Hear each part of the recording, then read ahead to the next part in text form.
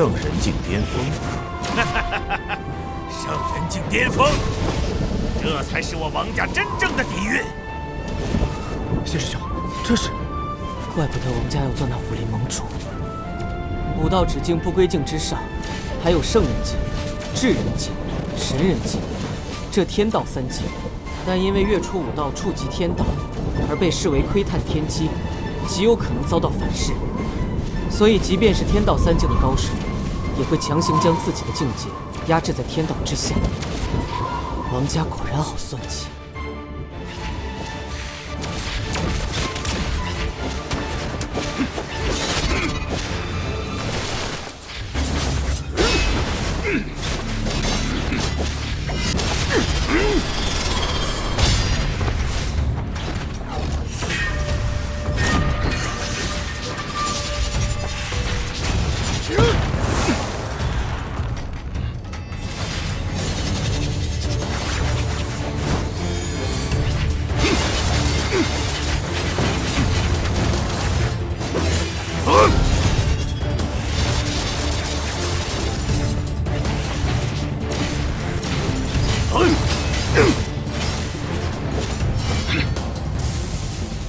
今日一战，没有回首之路。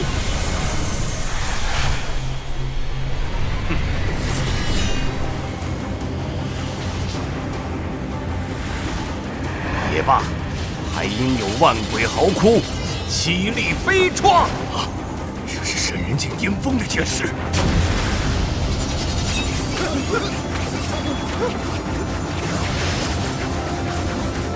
昨日不可留，但我可以找回当年的力量。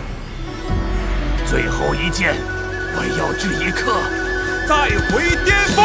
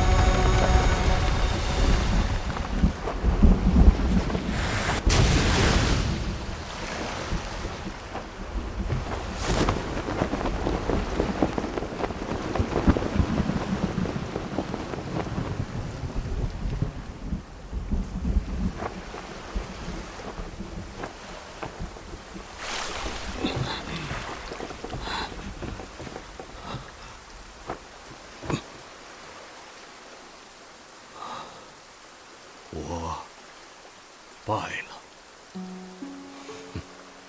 当年遇见你，是我此生的第一次败，没想到多年后重逢，会成为我此生的最后一败。促使你向前的，不过是作为王家100年来最出色的弟子的骄傲罢了。而我不同，当年我想胜，是因为我想要改变这个天下；而如今想胜，是想证明这么多年过去了，即便是几十年的忧郁禁闭，我也没被这天下改变。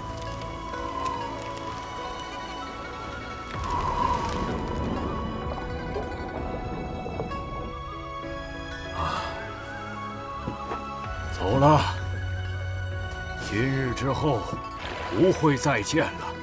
哦，不管你那些徒子徒孙了。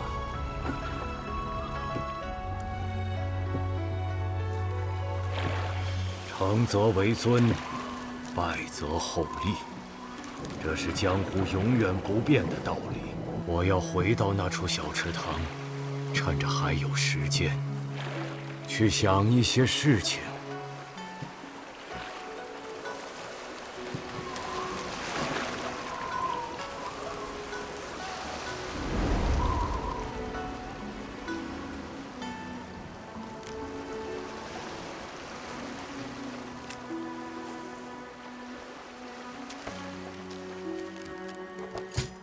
魔君苏简再出江湖，第一战胜枪圣王一。啊？怎么会？老爷子厉害啊！小子，剩下的便全靠你了。老头子做到这一步，已经很累了。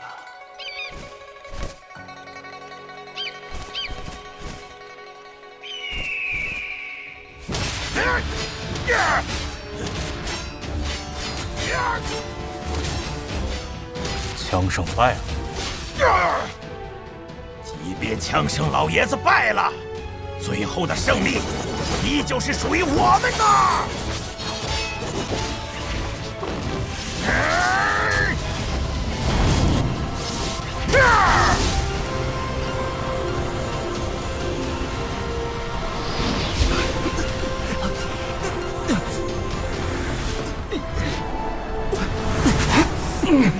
不动尊，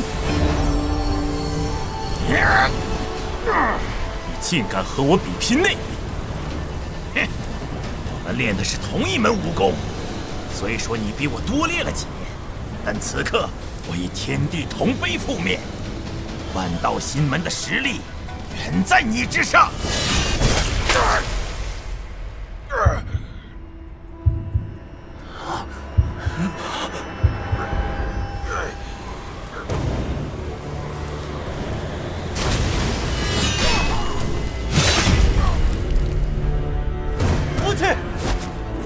拦住他！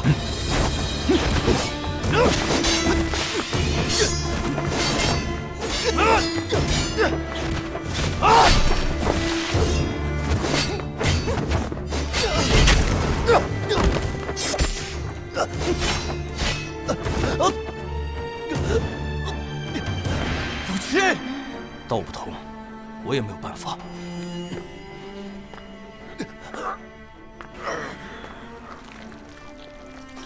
为什么？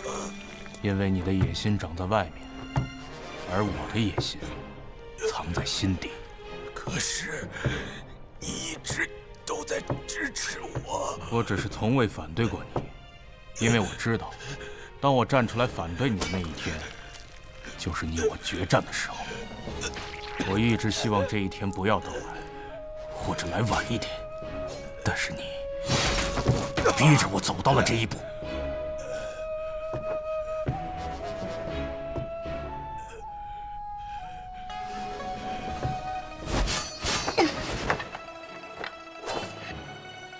你们竟然和东方家联手！无论是浮生醉梦楼，还是东方家，亦或是薛神官，并没有所谓的联手，只是大家彼此都是为自己的利益做出正确的选择。苏白衣，刀锋冤我！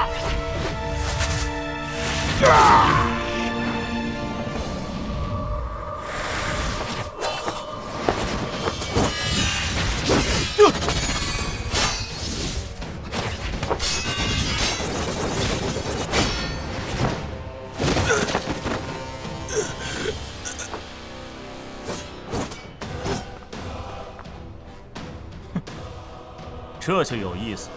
如果把它扣在我的脸上，会不会更有意思？难道你也学了万道心门？很可惜，没有。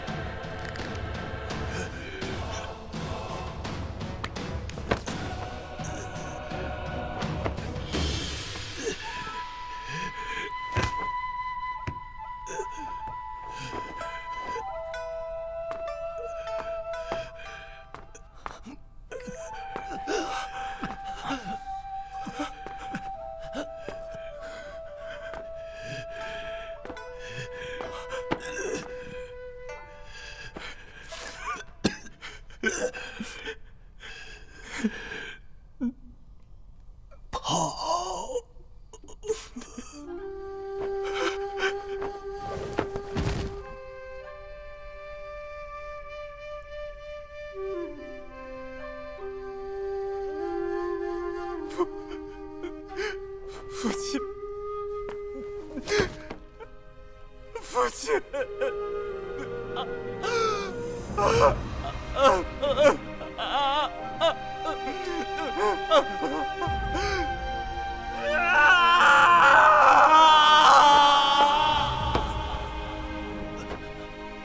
东方云我，我要杀了你！三弟，冷静点！东方老贼，有种你过来，我要杀了你！现在的你，凭什么来杀？你放开我！三弟，我杀了他！我要杀了他！如果我们都死了，剩下的王家人和父亲用毕生精力保护的宣威城，就都完了。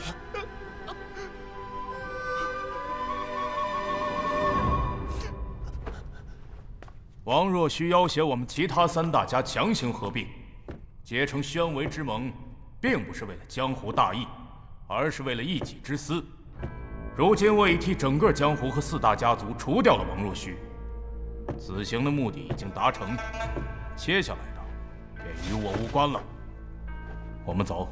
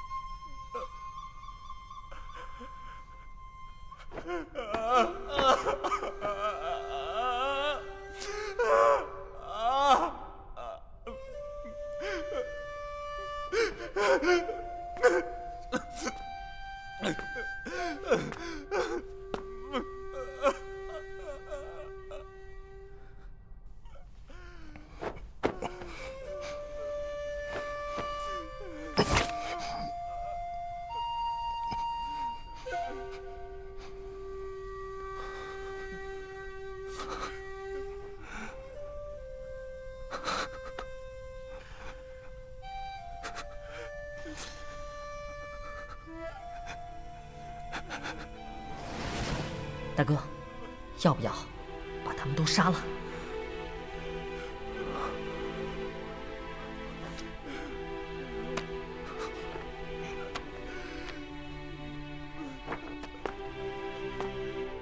这是我们王家所藏的仙人书枪法卷，我愿意献出此书，只求白府楼主放我们剩下的王家族人一条活路。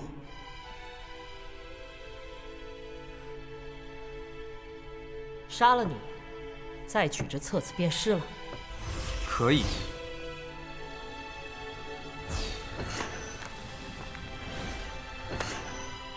你们王家现在可以走了。多谢白凤楼主。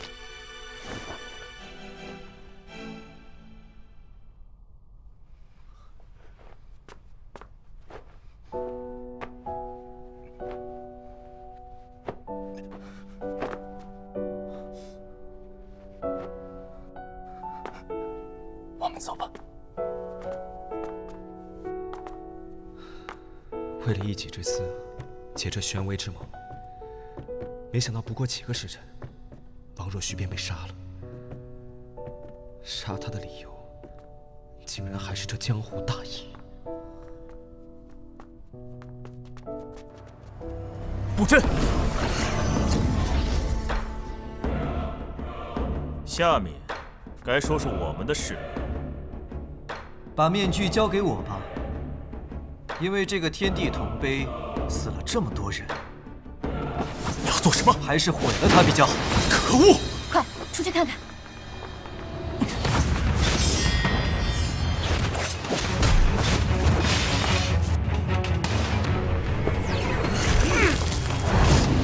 不！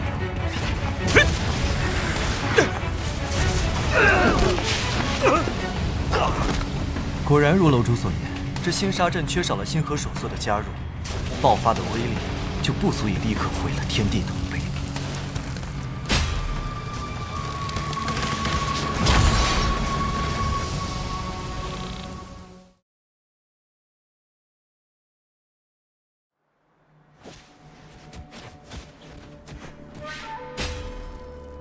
父亲，这厢出去，便无法回头了。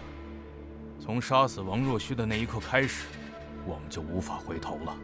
但无论怎么看，浮生醉梦楼都不会是朋友。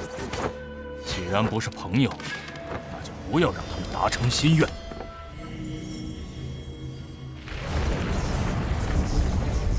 这枪叫哭丧枪，师傅一共留给我4杆，上面有秘法大师留下的禁制，有着超乎常理的力量。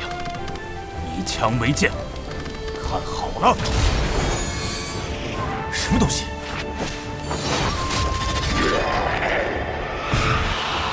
糟了，是哭丧枪！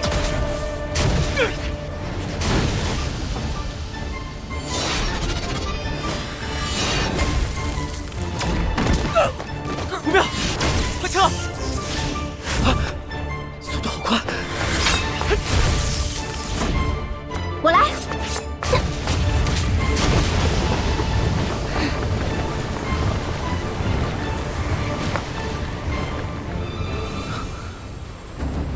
东方云我，虽然不知道你们的目的为何，想带走苏白衣，先破了这局再说吧。师姐，这到底是怎么回事啊？这面具怎么突然就冲过来了？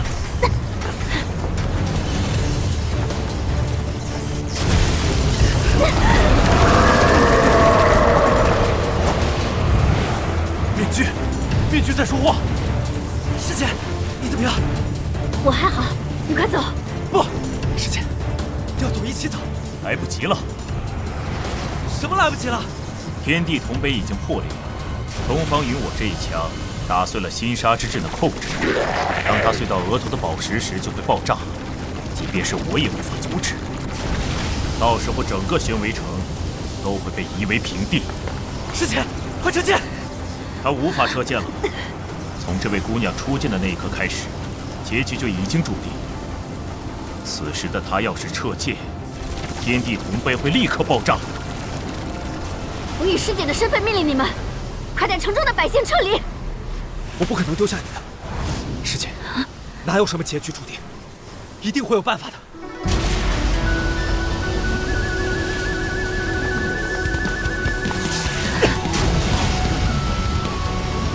很有豪情，但你们四系合一，只会加速天地铜碑的爆炸罢了。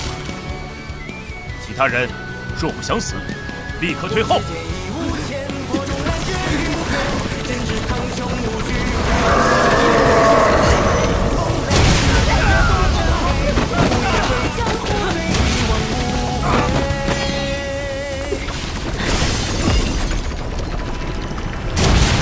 不好！师姐，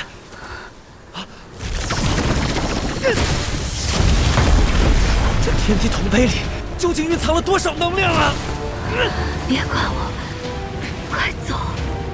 师姐，用你教过我的话来说，合击！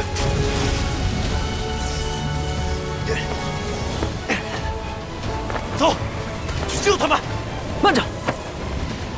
干嘛？你们怎么救？还像刚才那样吗？方才要不是南宫姑娘挥剑替你们殿后，你们也逃不出来。这臭小子，从我身上借去的内力好使吗？苏家这一辈，我就看你还算顺眼。今日可别死在这里了。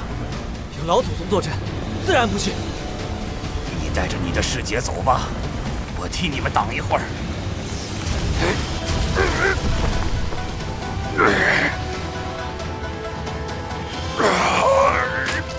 他是想牺牲自己，换我和师姐的性命。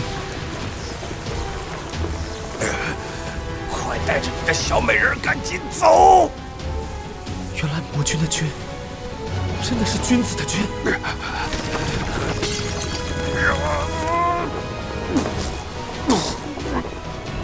师姐，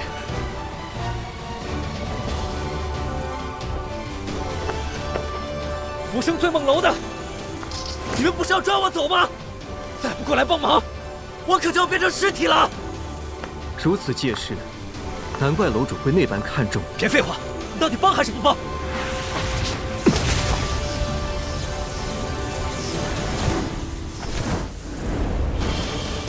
大哥，先把他带走。是。卑鄙！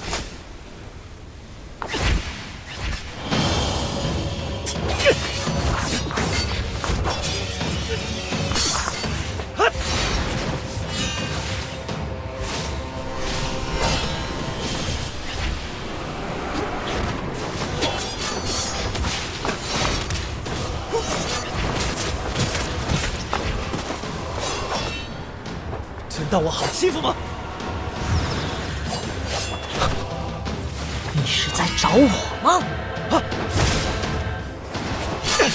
以你的剑术，还想和我对抗？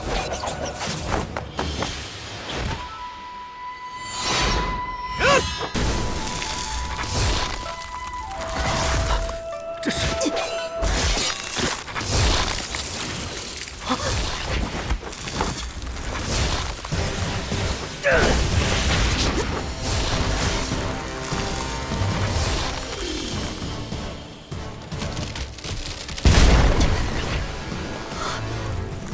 这是什么剑法？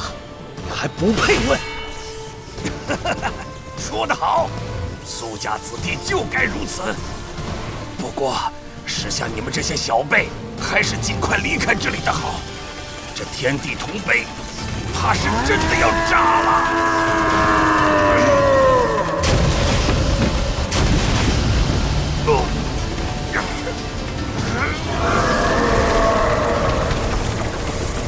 寒冰之剑，我有办法了。前辈，此时不如先合力解决天地铜碑，我们需要您的力量。刚才我说过了，我一个人是无法阻止天地铜碑的。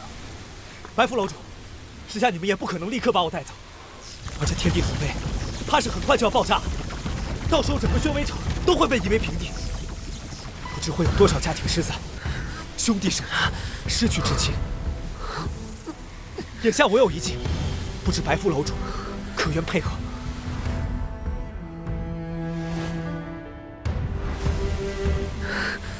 怎么合作？灭绝神功！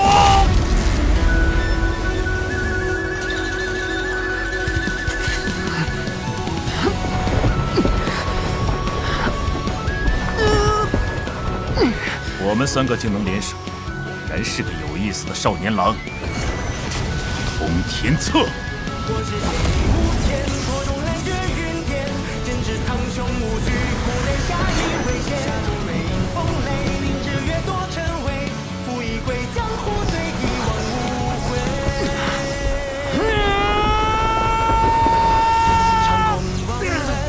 前辈！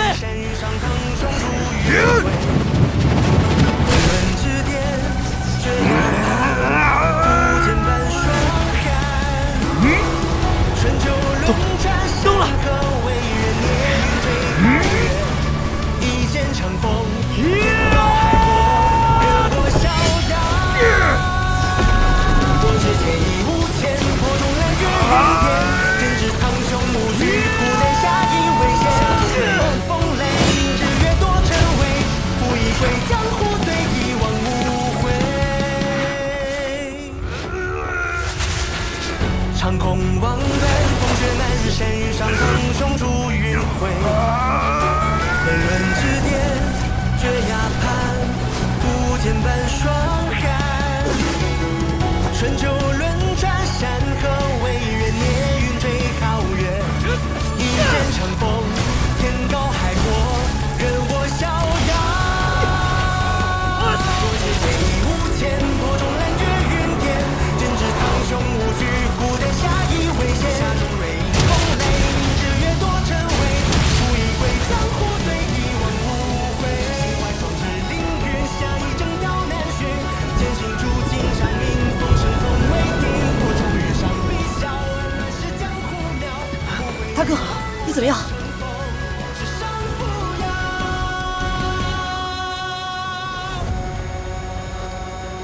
成功了，成功了！师爷，我们成功了！我果然是没有看错人呐！快，去抓他！师弟，这里就交给你的2位师兄吧。师姐就交给你了。呀，师姐，抱着你的师姐，我们离开这里。我不能和您走，我要带师姐回学宫，让师傅救她。我方才看到天地铜碑的碎片被打入了他的体内，世上已无人能够救他。不可能，我师傅是谢看花，江湖上最精通医术的几人之一。谢看花又如何？你师姐现在就算是神仙也难救。我知道，世上有人可以救她。真的？所以现在，你最好不要犹豫。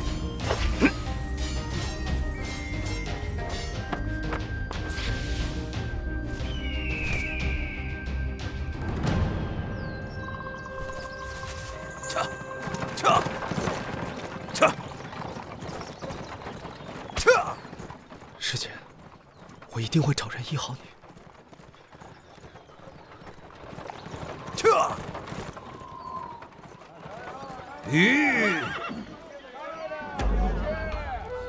我们到港口了，下车吧。港口？这是金风号，前辈，您银子够吗？我们登船还需要银子，不让上船就把他们给打一顿。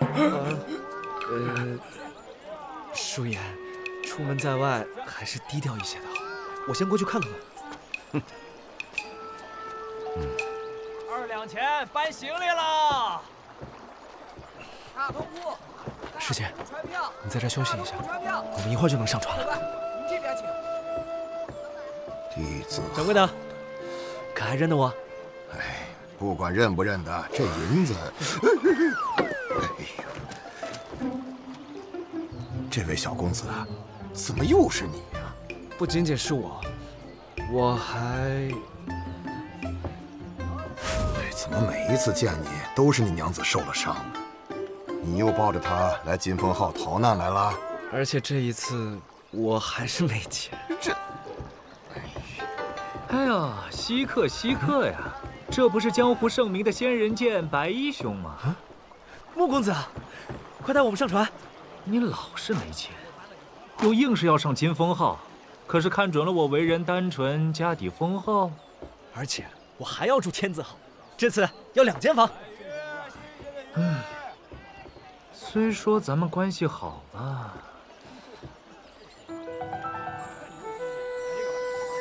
南宫姑娘，南宫姑娘，这面色有些不对啊。师姐她受了重伤，不能再耽搁了。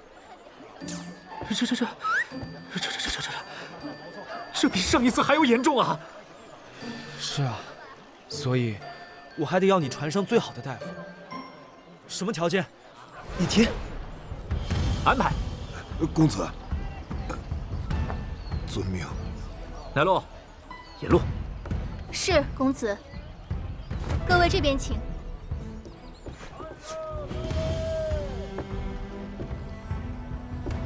严老。公子。让所有的弓箭手就位。若这些人想要登船，便直接射杀。是。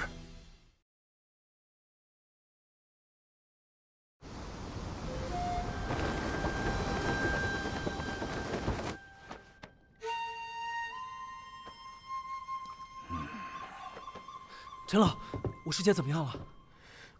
这不必考虑其他，船上的天材宝药皆可使用，账目算在我的身上。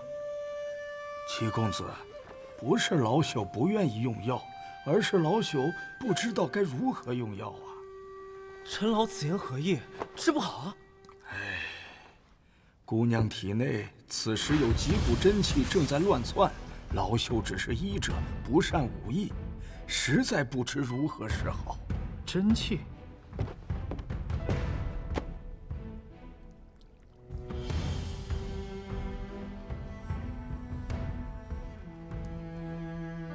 确实如此，这股真气从何而来？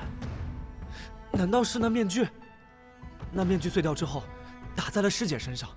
面具？那应该有外伤才对。碎片打在了哪里？胸口。胸口？要不我清个场，你帮你师姐检查一下伤口。我胸口，师姐会杀了我吧？哈？你们到现在还……哎，我还没表白呢。好吧，我看看船上是否有女医师。不必看了，这丫头衣服上一点血迹都没有，胸膛上也不会有伤。也是，但会不会是碎片卡在了伤口上？又或者是你看错了？我不可能看错。确实是碎片，不过天地铜碑不是普通的面具，那些碎片早已融入到了这丫头的体内，那几股真气就是那些碎片所化，所以普通的药石之术才会治不好她。那该如何治？老祖宗可有办法？现在唯一的办法就是将这丫头体内的内力化去。我可以，我能将师姐体内的内力全部都吸到我的身上。但那也就意味着，包括那几股乱涌的真气，都会一起进入到你的体内。那又如何？只要师姐能活下来，我什么都愿意做。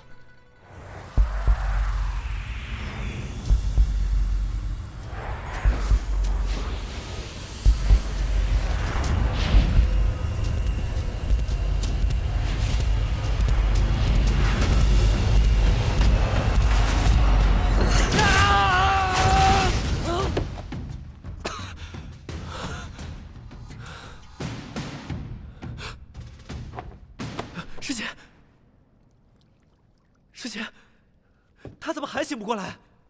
我来看看。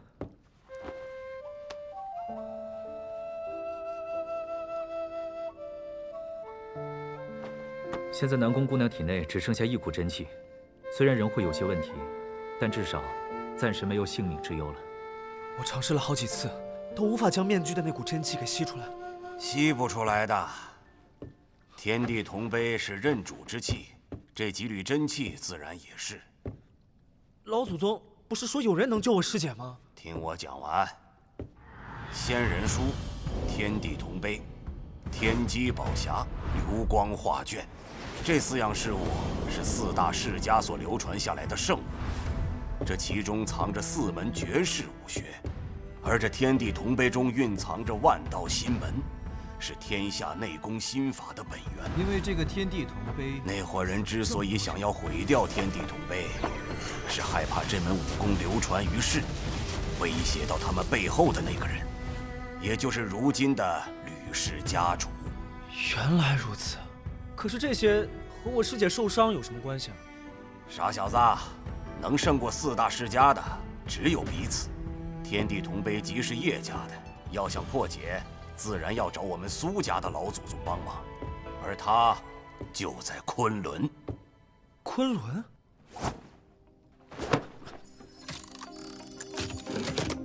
这是……这就是昆仑的地图。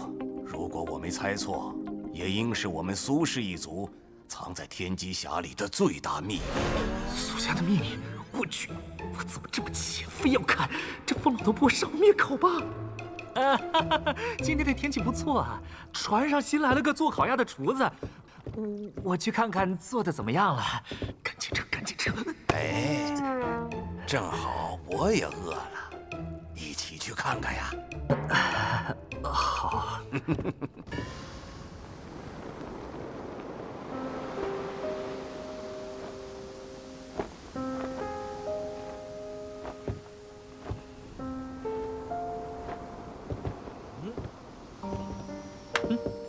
你那个老祖宗可真行，一下吃了我20只烤鸭，连个腿儿都没跟我剩。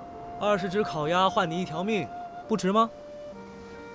唉，行，值。对了，最近听说了一些你们的事儿，看来当初我选择帮你没有选错。什么意思啊？对于我们穆家的人来说，每一次选择都是在做一个生意。现在看来，你活下来了。而上林天宫却已经4分5裂，所以说，我并没有选错。我能活下来，确实是个奇迹。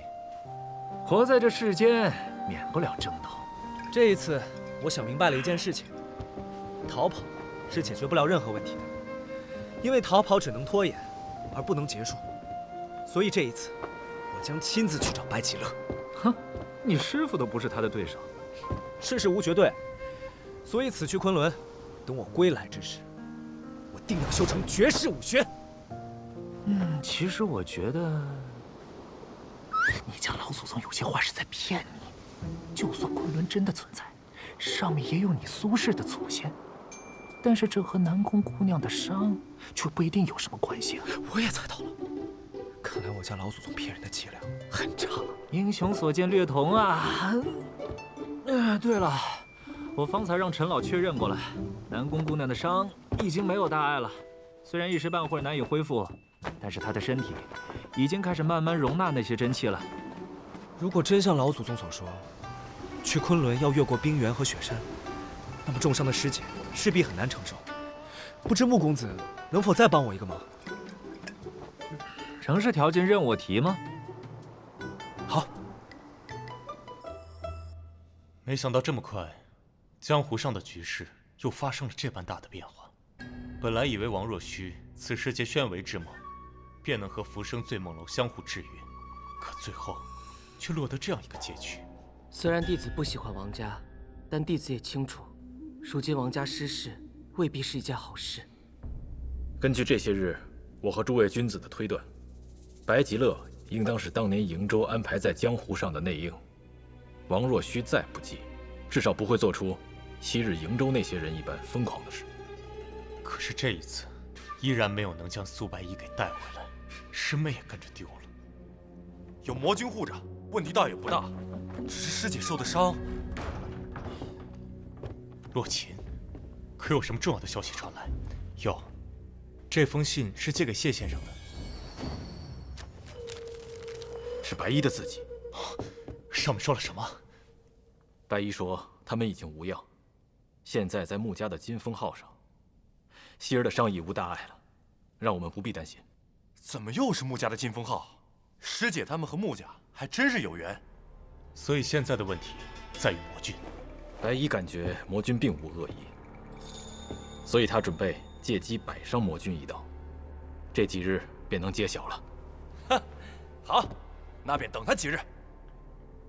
现在闲着也是闲着，走，练功去。我们去练功了。去吧。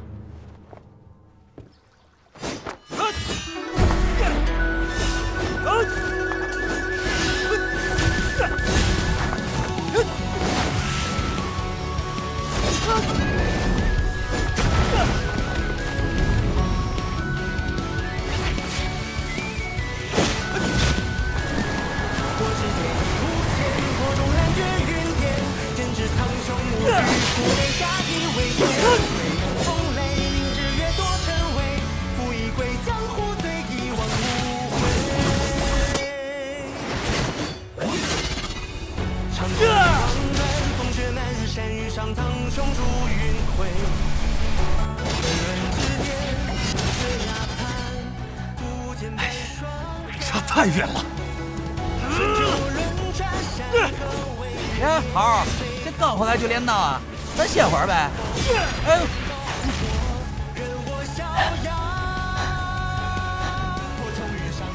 豪儿，咱来口茶。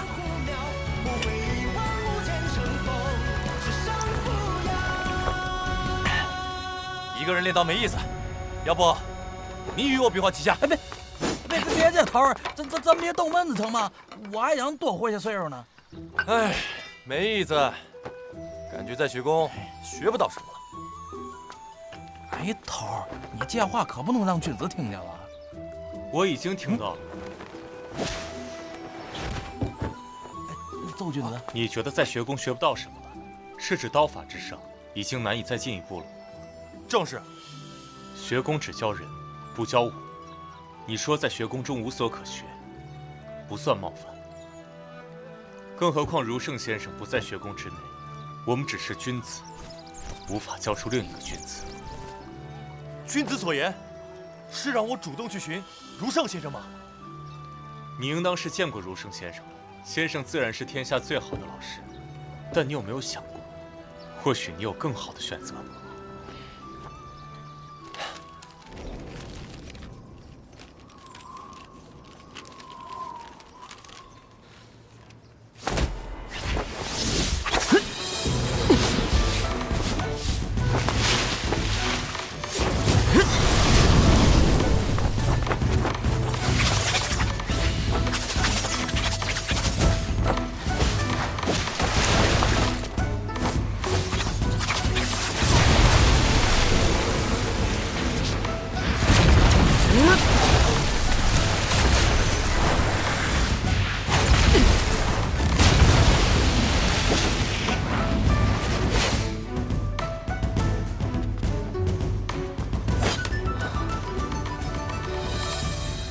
扶苏珊应该不止如此，究竟是哪里不对？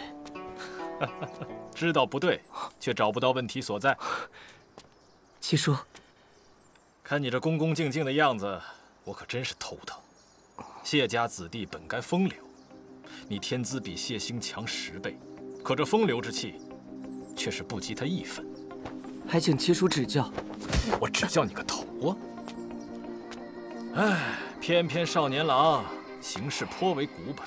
我们谢家先祖当年一把折扇清辉，扫去半山桃花，那是何等的风流，何等的英武。可到你这儿，竟连挥扇的动作都变得硬邦邦的。我现在武功尽废，也帮不了你太多。我建议你去一个地方。什么地方？青城山。青城山上现在有2位绝世的风流人物，一儒一道士，一剑一浮尘。放着那么好的2个师傅不去求，真不知道你的脑袋是怎么长的。青城山。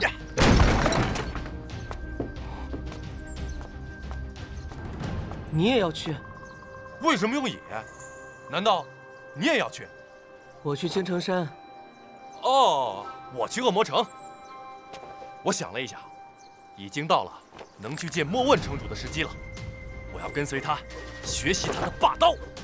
看来你们要一起下山，但走往不同的方向喽。快些，走吧。又不同路，你催我做什么？至少能同行几日。快去收拾东西。我来学宫的时候，那些人都说你们是一生之敌，怎么我看你们的关系倒还挺好的？一生之敌这么热血的说法，是我特地让他们散出去的。能当我封左军一生之敌的，自然不能是普通人。你很不错，恣意潇洒，也有你父亲的霸道之气。不过你虽然身上有霸气，但还缺少点东西。哦，什么东西？莫问傲视世间，看着很霸气没错，但他背后还扛着一个恶魔城。莫问用一座城来接纳那些被世人误解而被迫走向歧路的魔头，仅有霸气就够吗？不够的，他有的更多的是担当。若你从莫问身上学到了担当，你的刀才算学到位了。多谢前辈指教。好好练刀，等我那白衣徒儿归来之时，你们一起撑起新的江湖。等苏白衣归来之时，他就不是你的徒儿了。哦，那是什么呀？你女婿啊！滚！哦！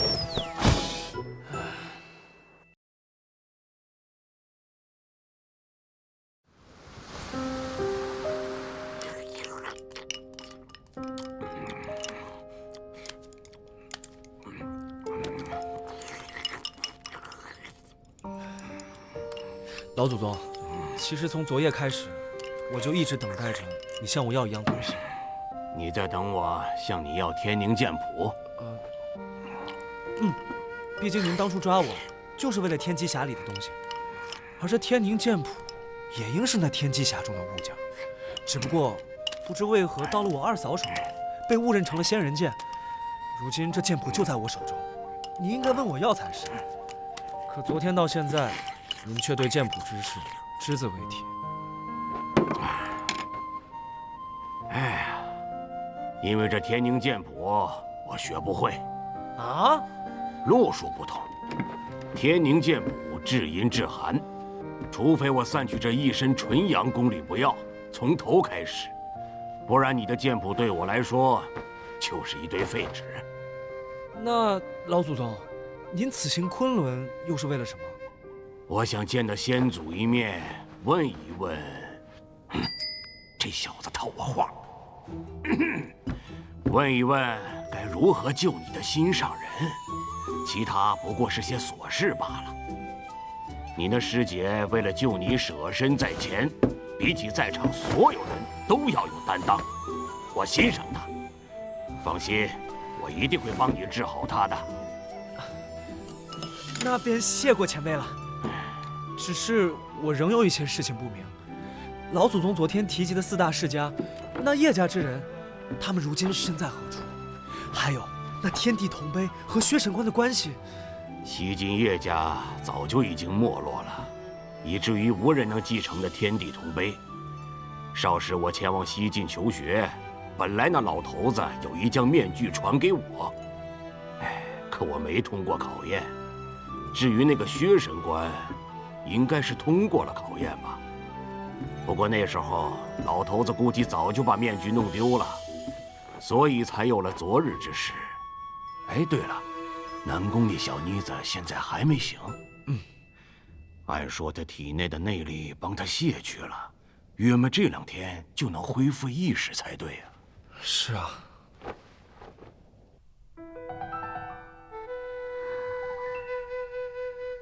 苏白衣，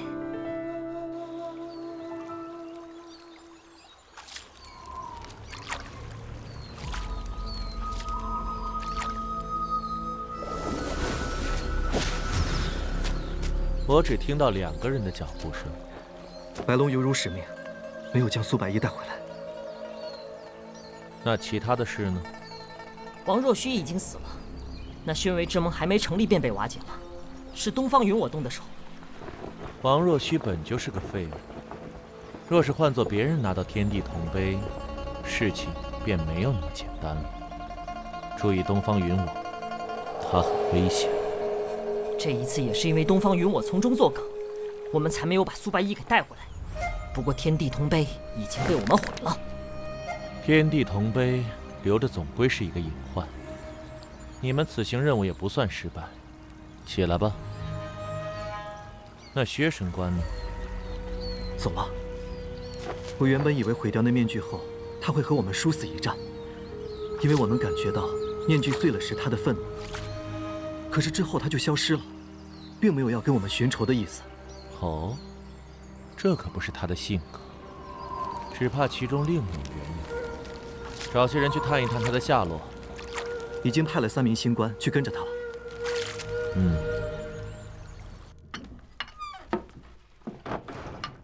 师姐，你醒了。师姐，你感觉怎么样？有没有哪里不舒服？白衣，你没事吧？我一切都好。南宫姑娘，该喝药了。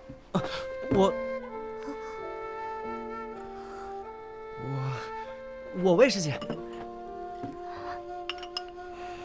师姐，你重伤未愈，别乱动弹，我来喂你。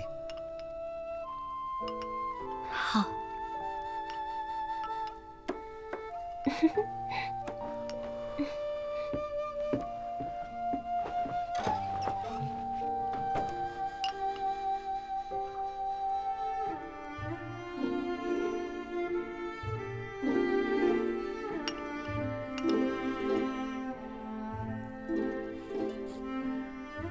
那几个月你过得如何？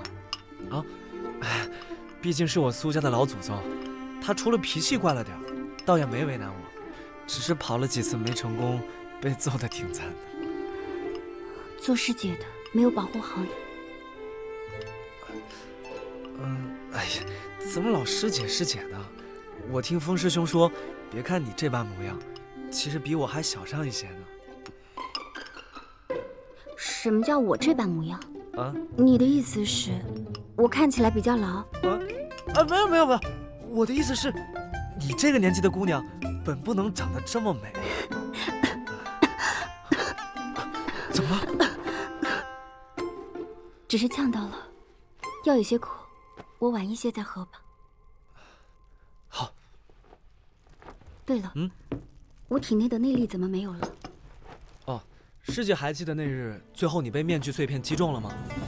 我家老祖宗说，你体内被那面具的内力给侵入了，2股真气在你体内打架，随时有性命之忧，所以我就帮你把你自身的那部分内力给吸了出来。师姐别想太多，好好休息便是。我们现在是在咱们的福地。金风好。正是。此行前往何处？我要和老祖宗去一趟昆仑。昆仑？嘘，师姐莫急，我和老祖宗的误会已经解除了。这一次是我自愿陪他去的。据说我们苏氏的先祖还有人住在昆仑之巅。我此行是要去学剑，也想躲一躲浮生醉梦楼的那帮疯子。那师姐，你重伤未愈，此行昆仑是断然撑不住的。我已经和穆公子商量妥了，他下一站将会送你下船，带你去他们穆家所在的青州城养伤。可是，放心，用不了多久，我就会回来找你。你就不能不去吗？练剑，去即墨剑城不行吗？我相信我的选择不会错。那，你快去快回，我在青州城等你。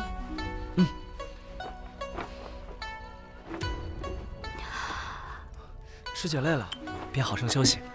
我先出去了。师姐，怎么了？算了，不说了。扭扭捏捏的做什么？说了你也不听，听了你也不信，信了你也不答应。你说，就当师姐欠你的。我听，我信，我答应。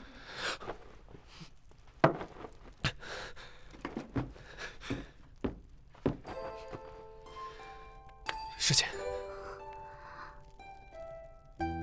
师姐，我苏白衣喜欢你。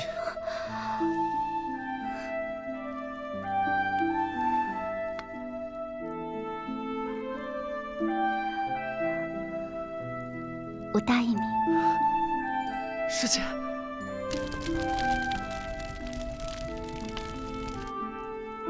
真的。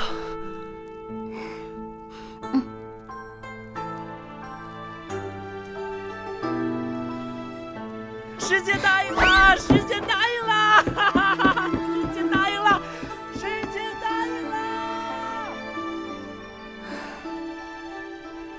真是个傻小子。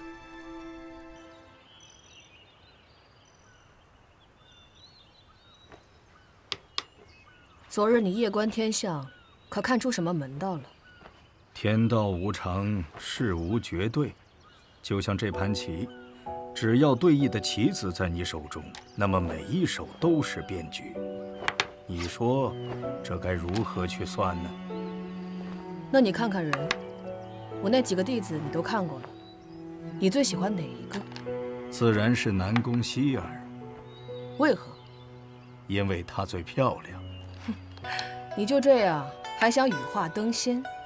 你的这个女徒弟心有玲珑，俏有剑气，眉宇之间还能看到英气，但那婀娜身段又带着几分她娘亲传下来的媚气，我实在很难想象世上竟还有这样的女子。你输了。那倒也未必。我其他几个徒弟呢？你的那3个男徒弟，苏白衣像是晴日里的一缕阳光，风佐君则如他的姓一般，有席卷着世间的霸气。我喜欢风大哥。那你谢大哥呢？谢大哥比起风大哥要严肃一些。谢玉玲像是雪，她很干净，却被这世道沾染，所以很纠结，心中总是藏着很多事。是啊，他的眉头总是皱着。上次见他，我就有些担心他。但好在，他遇到了你另外3位徒弟，因为有这些朋友在身边，所以他心中的雪还是洁白无瑕的。你的这些弟子中，我最想教导的，其实是他。哥哥好酒量，来，再来一坛。又来个不怕死的，赶闯恶魔城。你去还是我去？自然是弟弟去打头阵。哥哥慢些喝酒，给我出上一杯。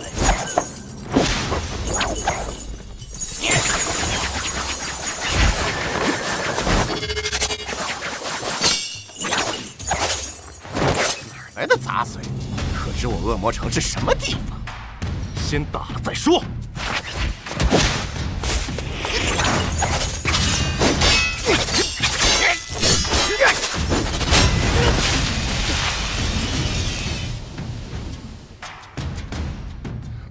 下是何人？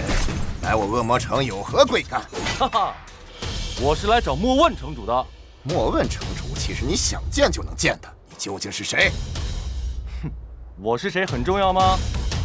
找死！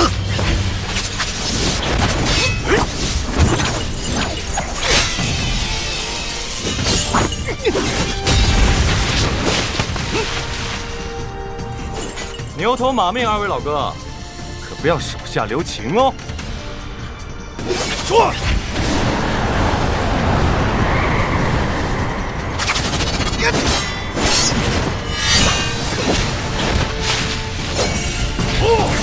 来得好！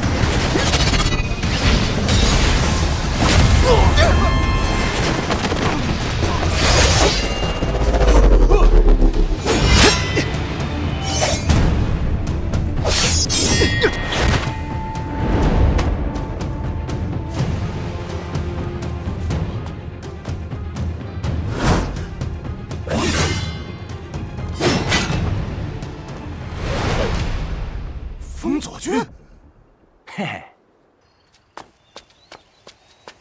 何事？山门之外有一客人求访道君，说来自学宫。难道是风大哥来了？若是风左军来了，此刻直接就推门进来了，哪会在山门之外恭恭敬敬的候着？那是……你前几日才说了，最想要教导我这个徒弟。走，我们也去看看。等等我。谢公子，好久不见了。弟子谢玉玲见过道君大人。我知道你是一个恪守君子之道的人，却没想到你是一个这么古板的人。我学宫中有300儒生，自是什么模样的都有。见过儒生先生。谢公子，这次是你一个人来的？此行是我一人。苏白衣和师姐如今正随穆家的金风号北行。风左军去了恶魔城寻莫城主习道。北行？说是并无大碍，让我们放心。风左军去了恶魔城练刀，那你来这里是？弟子来此是想求2位先生传授我武学。哦，那你比风左军可贪心多了。他找的不过是天下用刀第一人，而你找的却是儒道2家的第一人。请师父成全。你是我学宫弟子，我乃学宫唯一的先生，传授你本就是理所当然之事，何来成全？只不过，你想学什么？我想学2位先生的风流之气。学我2人的风流之气？这是谢看花教你说的吧？风流之气哪里需要去学，那是靠自己养的。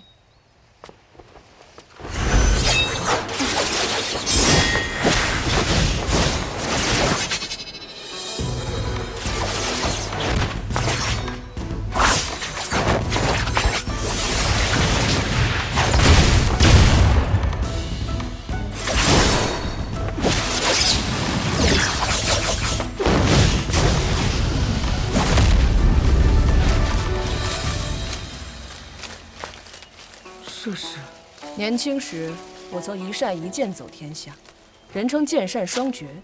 我便教你这个如何？多谢先生。那我教你些什么呢？就教师傅您最霸气的9天引雷之术。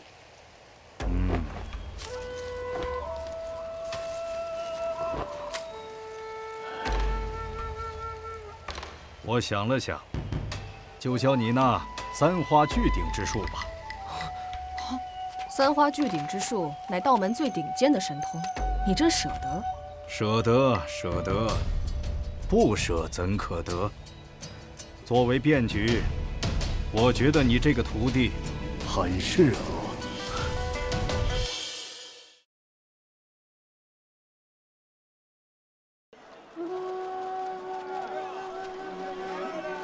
这便是千寻城吗？是的，这是一座特别美丽的城池，我很喜欢。哥哥来追我呀！你慢点。千寻城到离别，倒也别有一番滋味。也可以先在这里入洞房啊，我保证给你办得风风光光的。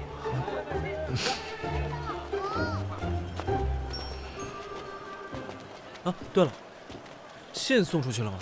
当然，只是我有些好奇，你所谋划的那件事真的能成吗？机会永远掌握在自己的手中。师姐，靠岸了。这么快？只是中途的一个停靠点，还没有到此行的终点呢。师姐，我们下去转转吧。好。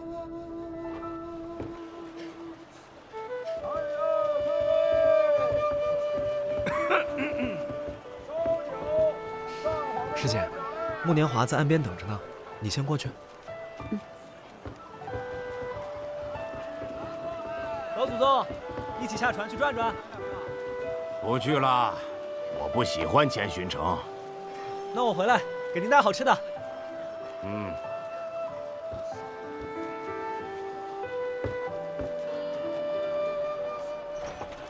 千寻城是一座地处北境、很像南方的城市。它很温柔。夜晚城池中的千盏灯笼点起的时候，那种温柔更迷人。哎，千寻城中有一处只在夜晚开放的道观，很有意思。道观之中可以敲钟求签，但求得之签刚拿到手时，上面却没有字。没有字？为何没有字？求得签之后，在道观中的小溪处轻轻地写下。再等拿出来的时候，上面的签文就会慢慢的显现出来了。有些意思。时辰不早了，我约了人在桂凤楼谈事，就先失陪了。这道观叫什么名字？城南离水观。就是这里了。走。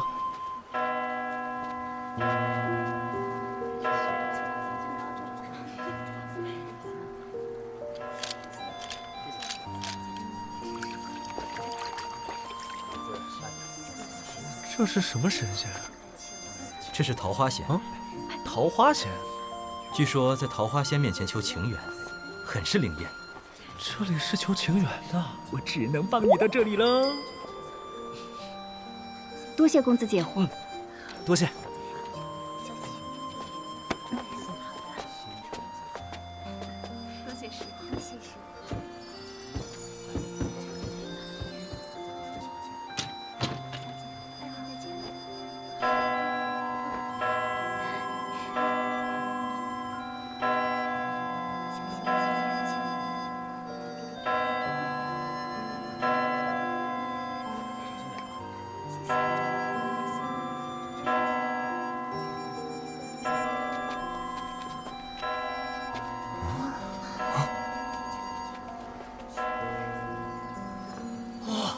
仙女下凡呀！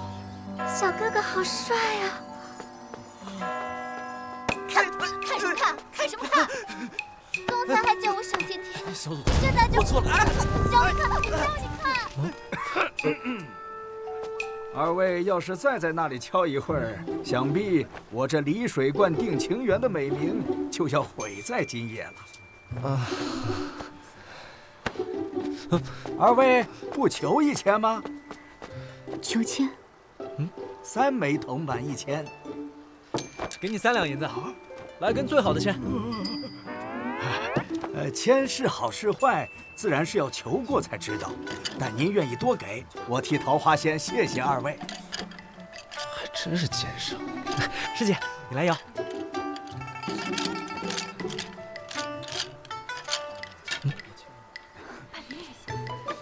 3行11列。 3行11列。哎，拿好。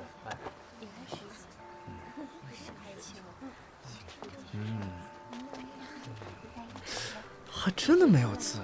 走，去水边试试。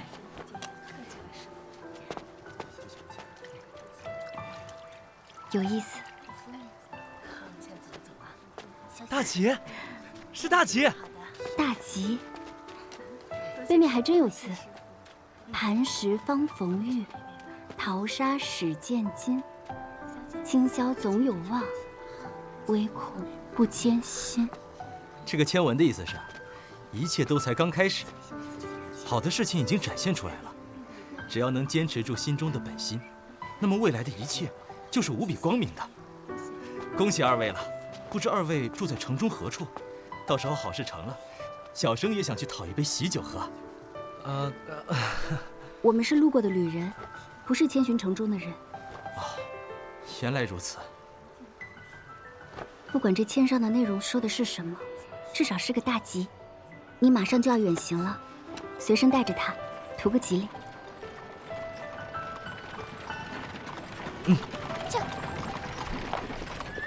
师姐，这辆马车便是来接你的。你跟着奈落走，在青州城等我，我很快就会来接你的。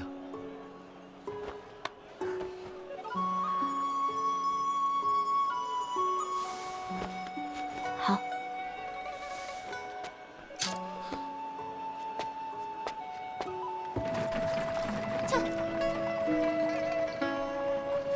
师姐，我很快就会回来的。知道了。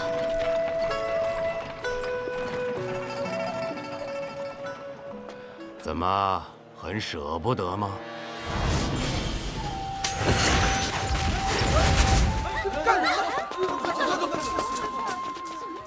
你不信我说的话？师姐如今身子如此虚弱，你说要去昆仑，那万里冰原，无垠雪山，她如何撑得住？你以为我骗你带你师姐一起去昆仑，是想一路以她为要挟？难道不是吗？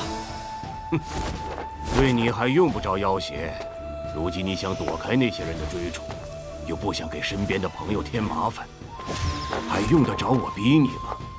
远在天边的昆仑便是最好的选择，所以你没有理由不跟我走。原来老祖宗早就想到了。臭小子，走了。有话路上说。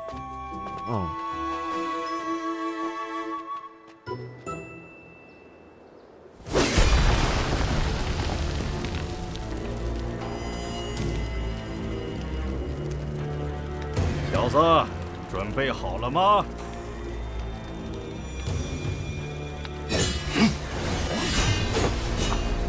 请赐教。哼。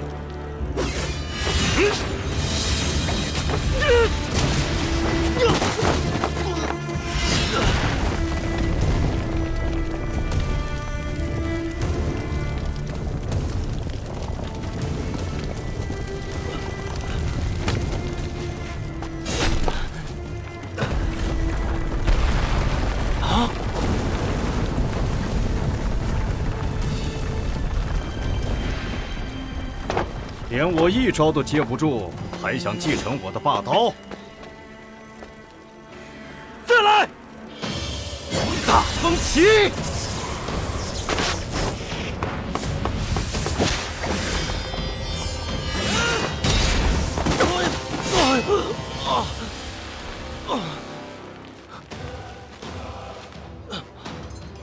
你每日只有一次出刀的机会，你很骄傲。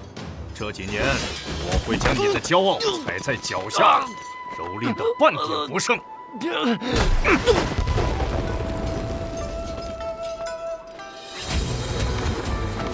6朵奇花，今日怎得一朵都不曾看到？看来今日是完不成道君大人嘱托的任务了。你在说什么？今日就想集齐那6朵奇花？很难吗？若不是谢师兄你一脸严肃，不然墨尘还以为你是在开玩笑呢。6朵奇花，龙蟒花、万方海棠、紫阳玫瑰、三色幽兰、雪心兰、仙人铃，有的是夏日就有，有的要等到大雪漫天，怎可能一日就把它们集齐？啊！道君先生说，找齐6朵奇花才能修炼3花聚顶神通。那若如你所言，我修炼这神通要等到1年以后了。你很着急吗？当然着急，急也没办法，万物皆有运行法则，人无法逆天而行。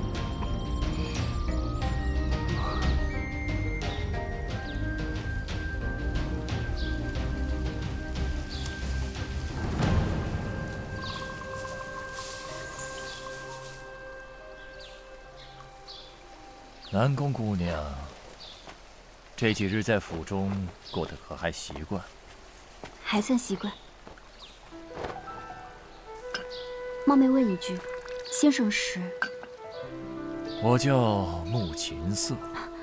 您是穆家家主穆年华的父亲？没错。学宫弟子南宫希儿见过穆家主。我终于明白为什么老七敢冒天下大不韪把你送进幕府了。你很美，值得他为你冒这个险。把我送进幕府疗伤，难道是犯了穆家的家规？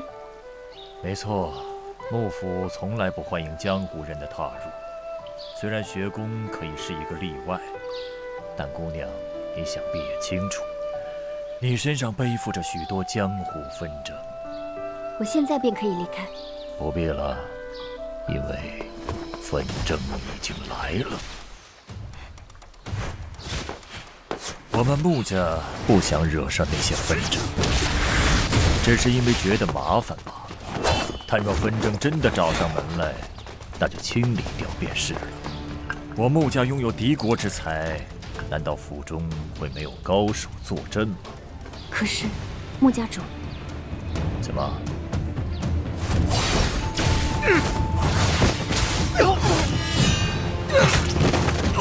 若泽，洛城四黑剑。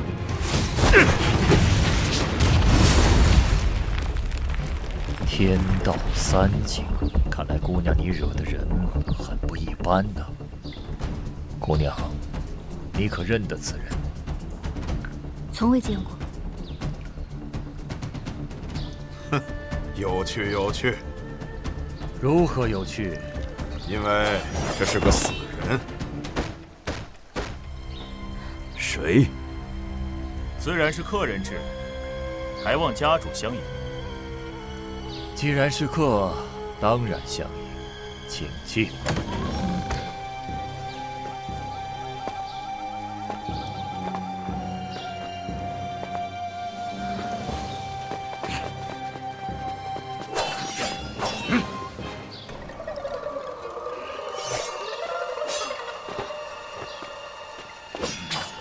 是你？是我。薛神官。家主，薛神官不比常人，需要立刻将府内所有高手召集于此。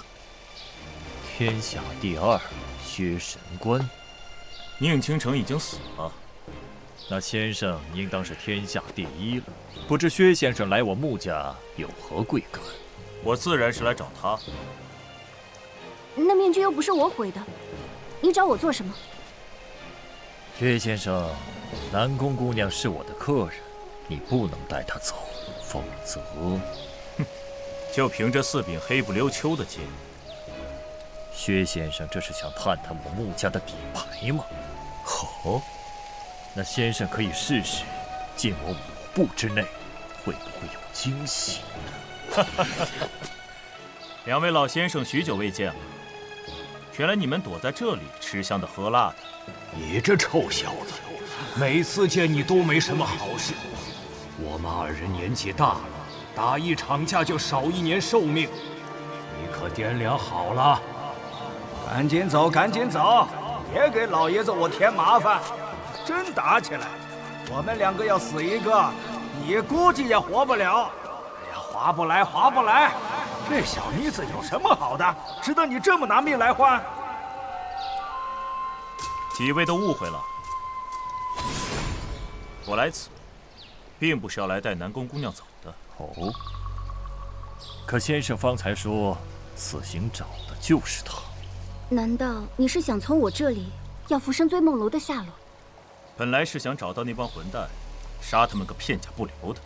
但是在路上，你那个姓苏的师弟给我传了个信，还真是剑出奇招，而且还猜准了我会同意这件事。白衣给你写信，他要你同意什么事？他让我传你天下第一的内功，万道心明。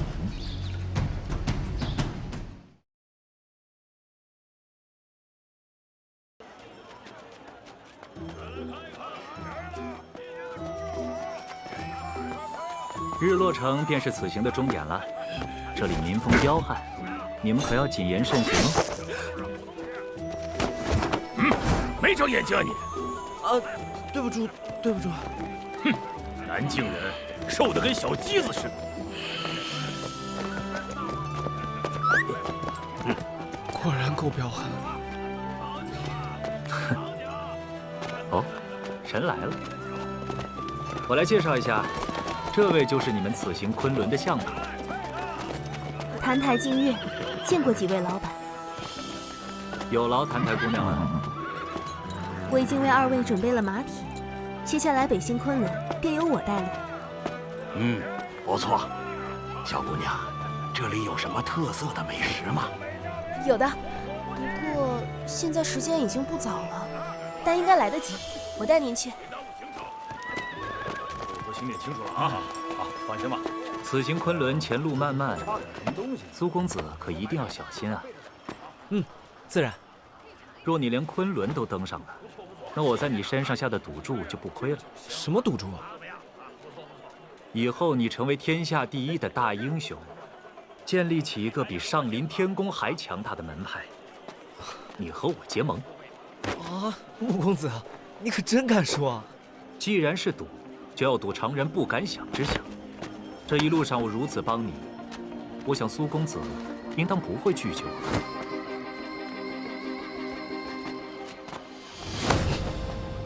那便承你吉言。穆公子，以后若有任何想要我帮助的，只要不伤天害理，予取予求。爽快！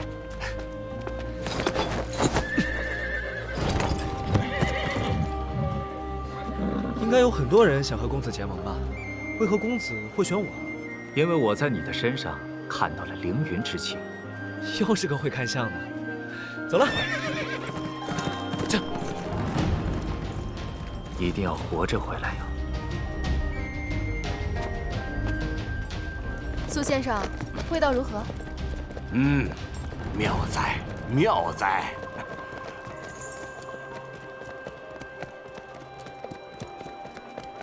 夕阳无限好，只是近黄昏。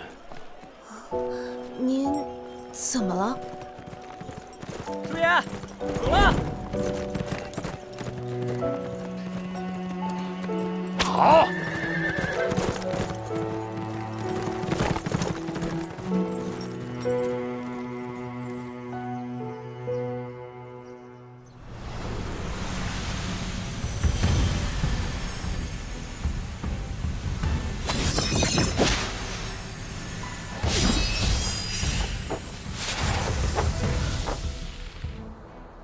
你的内力被人卸走了，但是新的内力已经开始升起。是的，所以这几日感觉身体的那股对抗愈发强烈了。所以你现在要做一个决定，止步于此，或者废掉你所有的那家武功，从头再来。但这个过程会非常痛苦。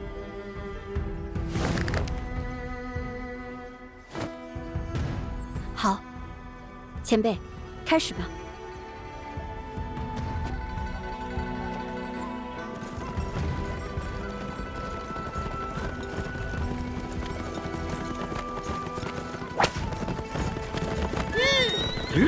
跑了一天了，我们休息一下吧。好，澹台姑娘，穆公子说北蛮形势蛮横，可这一路我觉得牧民们都挺和善的。他们和善，是因为公子您给钱大方呀。姑娘，你们族中有人去过昆仑吗？去过的，但他们都没有再回来。我也无法将诸位送到昆仑，我只能将二位送到无垠山，翻过无垠山再行千里，才能到昆仑。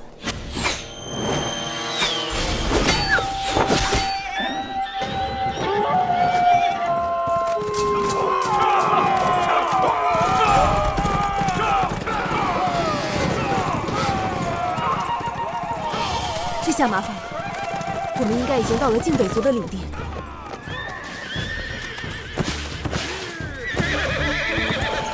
来人有三郎相守，在族内应该地位不低。你们是何人？他们是南境来的商人，此行路过草原，能遇到此地的主人，实在是荣幸之至。尊贵的主人，若我们叨扰了这里的宁静，我可以带着南境的商人选择另一条路走。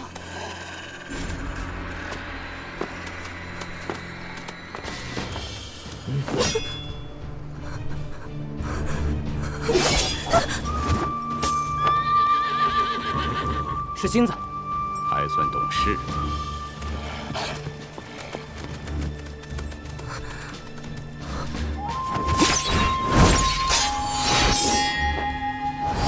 小姑娘，南境来的商人，武功都这么好吗？看来这里的主人不是很欢迎我们呢。你可知在你们面前的人是谁吗？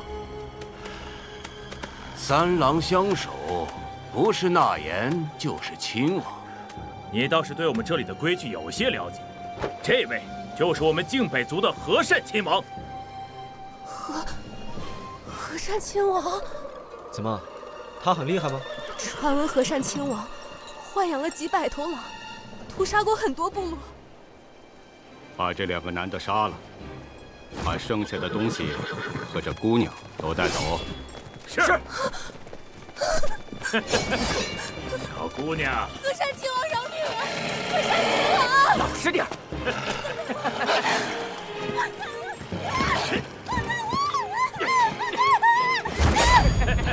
这位姑娘，你们怕是带不走了。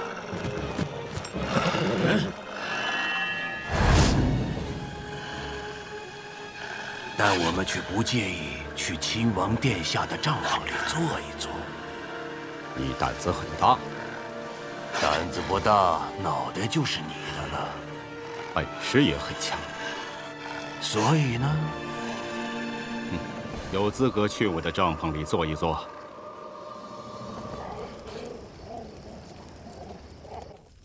原来客人是来自南方的围龙山，不瞒二位，我曾去过那里。哦，亲王殿下居然去过我们的围龙山？是啊，那是个很不错的地方。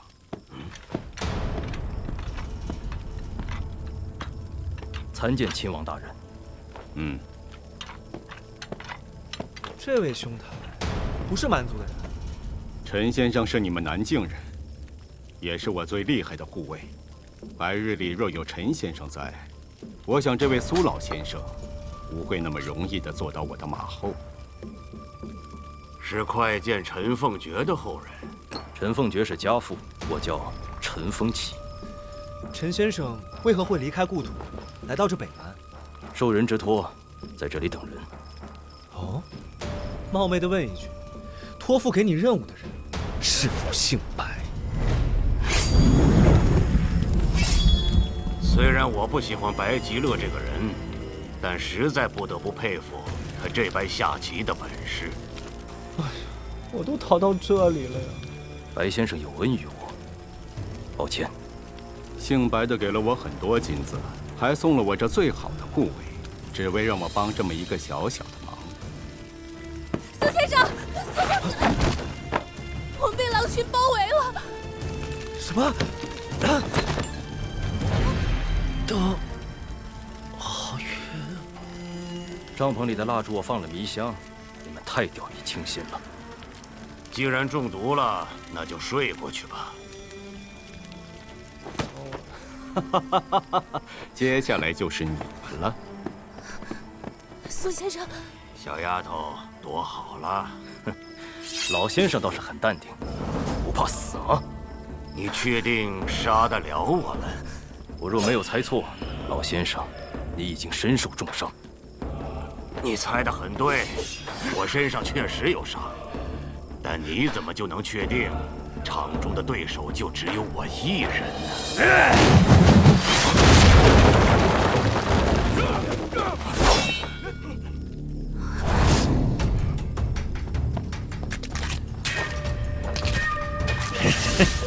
秦王大人，先行撤退。该死的南境人！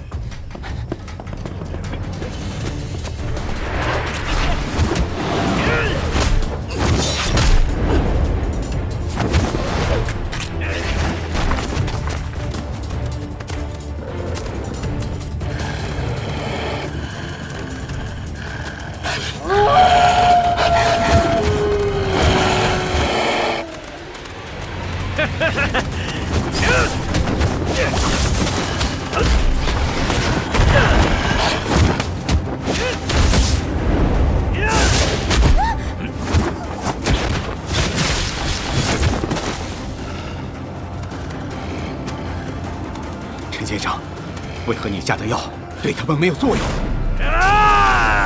白先生交代的杀人，怎会那般简单？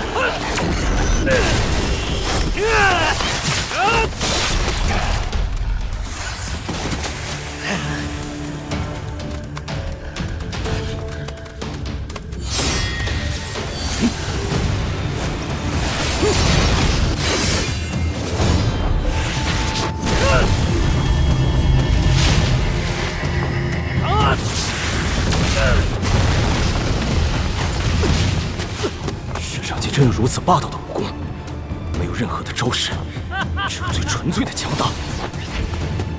那无论如何强大，肯定会有自己的弱点。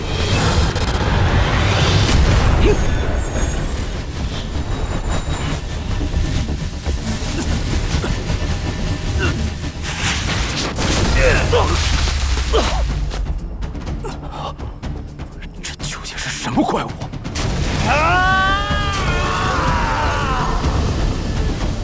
下令让所有的狼群都冲过去。可是陈先生的，不用管他，我要这2个南京人死。属下遵命。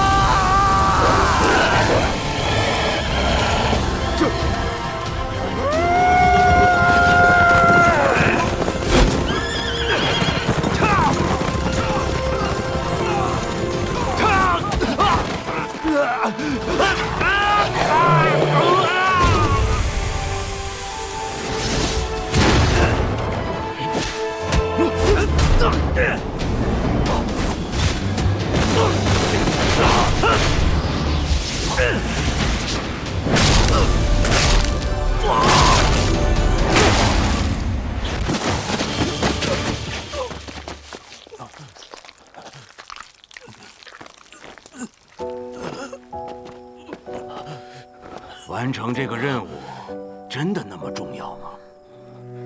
完成任务，我才能回家。回家。回家。唉，可惜了。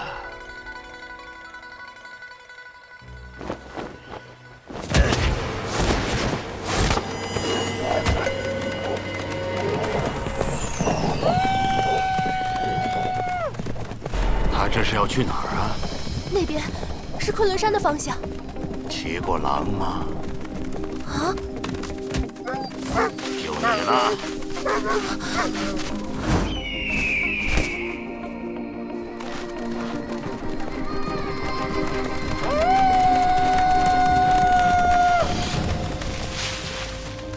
这便是无垠山了。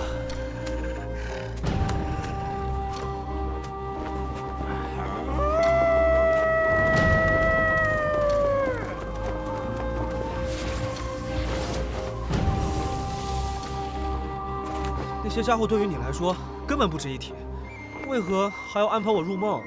其实我受了重伤。我知道，但即便如此，因为我要养剑。为何要养剑？养剑当然是为了要出剑，而且就为这一刻，借你的剑一用。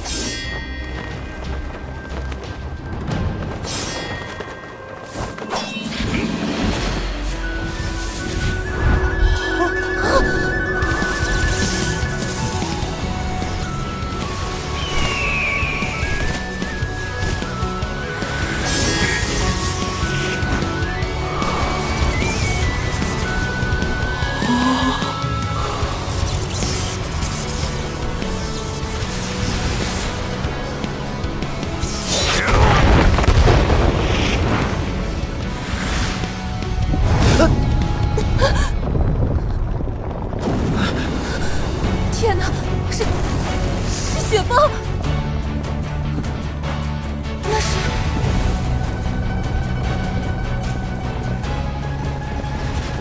别怕，这是神光，它将指引我们到达昆仑。神光。可是，老先生，现在是不是不太妙啊？不要慌。苏爷，好像和预想的不太一样啊。好。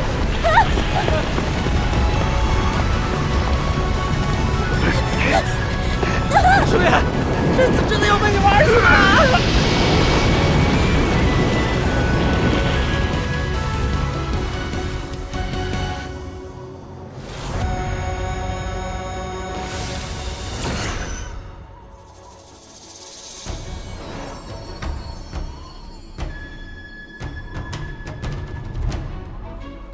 已经很久没有人来到此处了。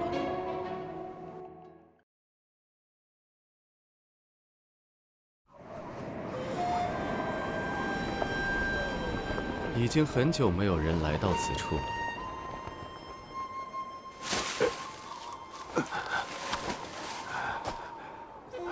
你是何人？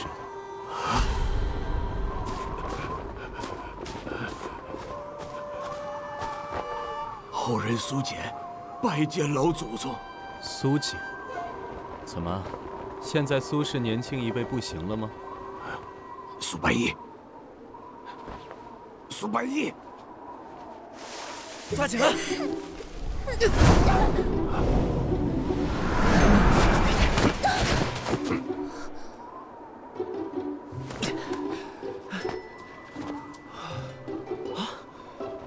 这就是我们苏家的老祖宗。苏白衣，还不快过来！是。后人苏白衣，拜见老祖宗。你把头抬起来。苏寒，不对，你看起来比他年轻一些。你是他的儿子？苏寒正是家父。方才那一剑是你挥的，不怎么样啊。看来你没有得到你父亲的真传。是我挥的。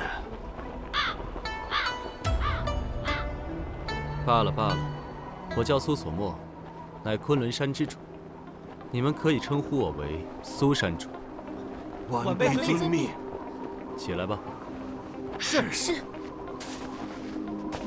苏寒怎么没有来？回山主，我父亲10几年前已经战死在南海之滨了。战死？他已经学得我们苏氏一族的武学。江湖之大，还有谁能杀得了他？杀他的人叫吕玄冰。吕玄冰，南海之滨，是南方吕家的族人。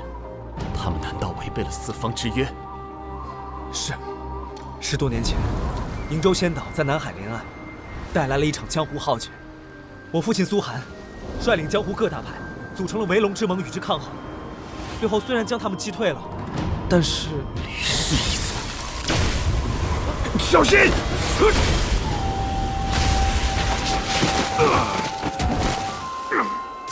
叔爷，叔爷，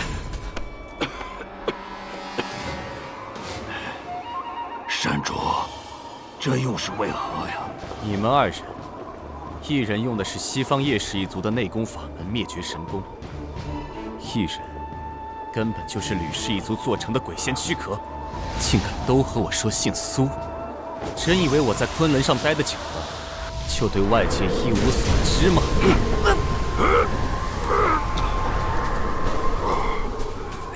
叔爷，我确实曾学过灭绝神功，也因此和家门决裂。但是山主你说的鬼仙躯壳，我们确实不知何意。哼，不知何意，便用剑来回答。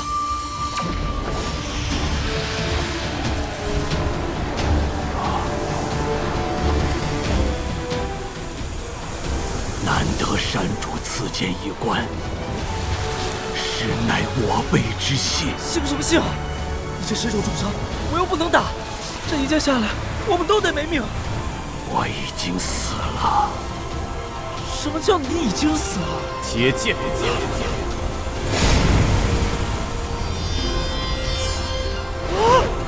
小子，你可要好好活着。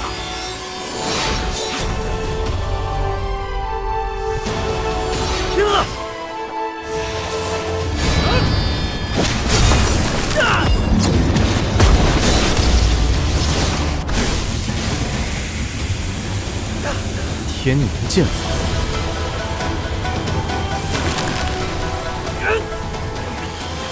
内力差得离谱。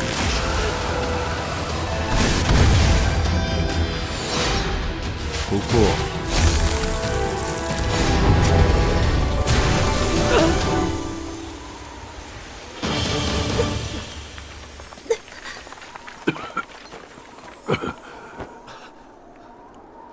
山主愿意相信我们的身份了。天宁剑法，只有我们苏氏血脉的人才能习练。走吧，你随我一起回昆仑。我不能在这里待得太久。怎么只我一人？那叔爷呢？我只能走到这里了。你能走到这里，已经很难得了。按理说，你应该早就死了。这到底是什么意思？纵行千里，只为出这一剑，可却只得到山主一句未得真传，有些遗憾。既然你和苏寒并无关系，那这一剑便是你的一剑。但凭此剑而论，你已经走出了属于自己的道。可我走的道有过犹豫。你的剑是否藏了许久？我曾于苏家忧郁之中自困数十年，不过之前刚刚出关，只为出这最后一剑，让山主一关。你于忧郁之中自困数十年，想的是什么？当年我曾偷下威龙山，游历世间，见这世道混乱不堪，杀了许多人，江湖人称魔君。可我觉得可笑，我以一剑荡平世间不平，为何我是魔君？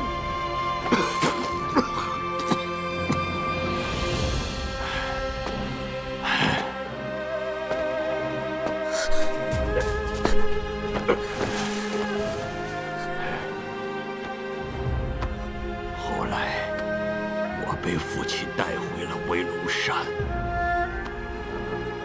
苏家那帮老顽固肯定会说，世间之事自有轮回定数，苏家不能涉世，那是族规。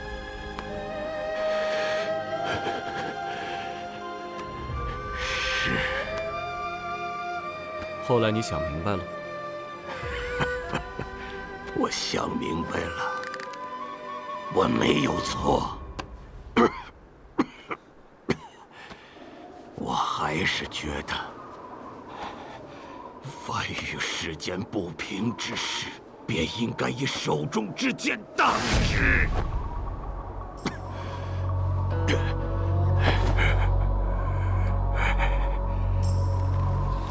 说得好，是那些人太过于狭隘，看不到叔爷身上的凌云英雄之气。山主，我与苏寒比，当如何？你心中的正义和苏寒很像，不过他比你聪明。因为知道族规不让苏氏族人涉世，所以先当上了家主，然后再把族规给改了。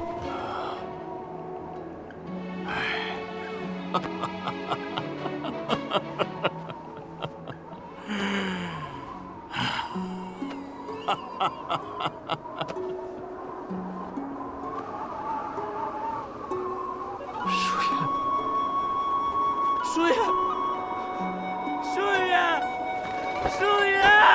他不会再回应你了。叔爷，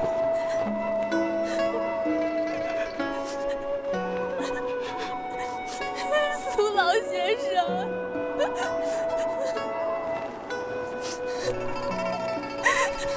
我可以将苏先生的尸体先行带回，暂时葬在我们部落。不必了，苏姐也可谓是我苏家一代英豪，她将与我和苏家的前辈一起长眠于昆仑。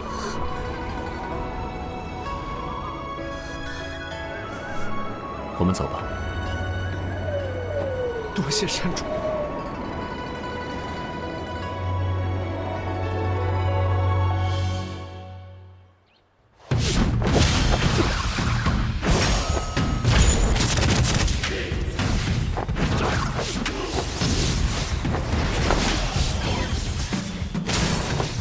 不错，你的悟性在我见过的所有人中都能排进前3了。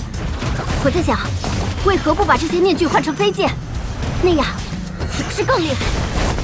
行走江湖，总要有些和人不一样，不然这江湖之上怎么会留下你的传说？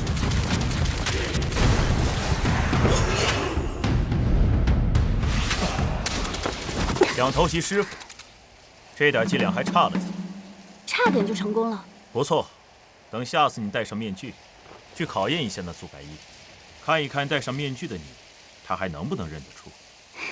好主意。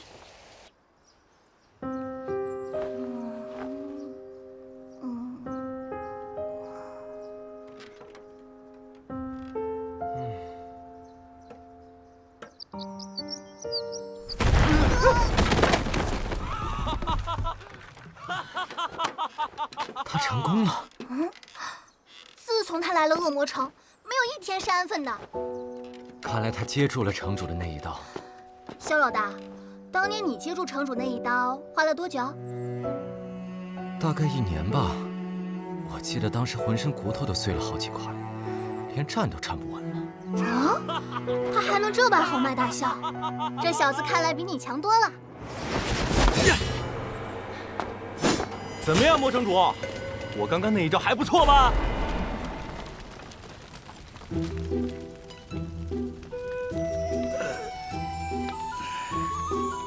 写封信给你父亲。怎么？难道你是想让我继承恶魔城城主之位？桂香坊需要重建。好说好说，城主，你想要多少？1000两。1000两？哼，小意思。金子？什么？1000两金子？我都能买下半座恶魔城了。学我天下第一的刀法，难道不用交学费的吗？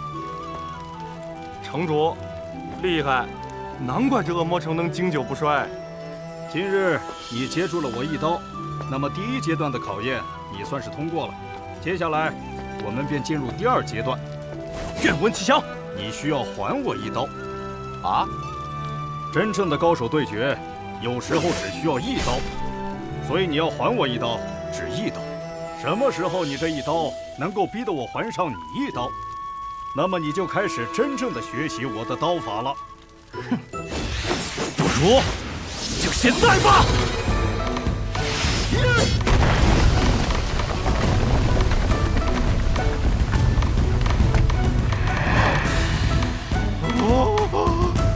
趁手手下留情！做梦！我还会回去。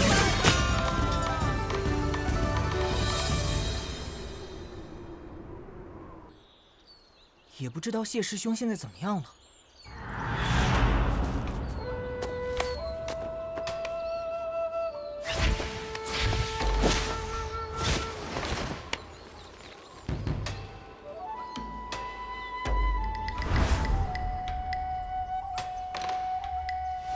那朵花就是龙蟒花了，终于找到了。刚才明明已经很近了。幻觉，哼！善扫污秽，天清气朗。我找到了，好嘞！终于他仙人的找到了。我算是有些明白师傅的意图了。他希望你放松一些，按照我们道家的说法，就是回归本我。昆仑之上是如何建立起这样一座斩院的？我来这里时，便已是如此。700年了呀！他们都是苏氏一族的仙人。嗯。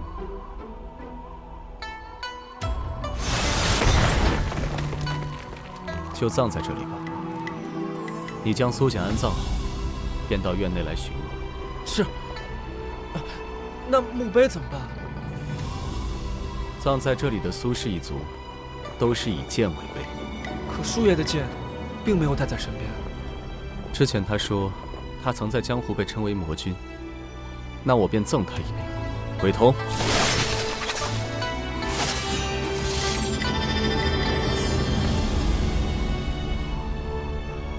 这柄剑叫鬼瞳，当年曾被江湖上的人称作是邪剑，但是邪剑之上，却留下了许多绝世大魔头的鲜血。这柄剑，便作为苏浅的剑碑吧。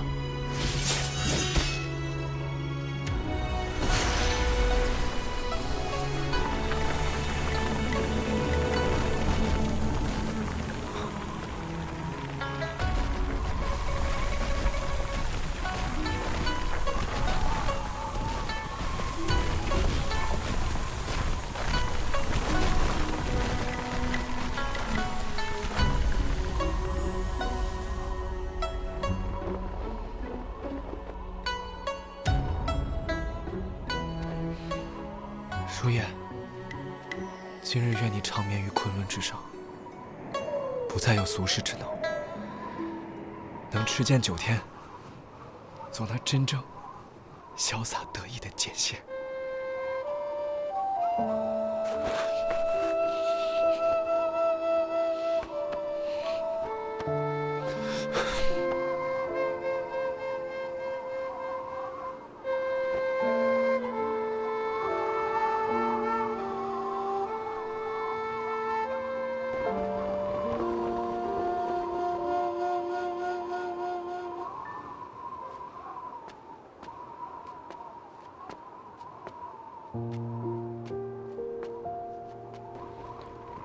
赶了这么久的路，应该累了吧？你去右边的房间睡一觉吧。我不需要睡觉。哦，不需要睡觉？看来你的境界很高啊。不是的，我练了一门奇怪的武功，以至于睡觉后就会完全变成另外一个人。无妨的，既然累了，便睡吧。善者。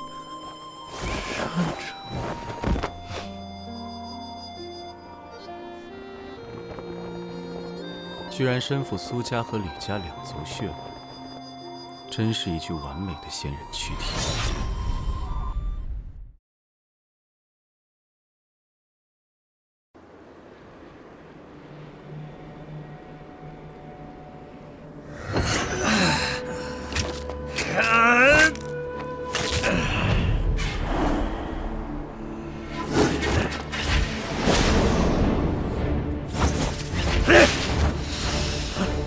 比起你清醒的时候，倒是强了许多。居然还会战斗技法！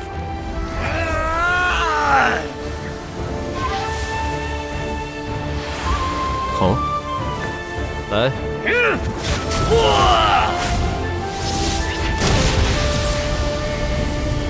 ，3字真言都来了，哼，该我了。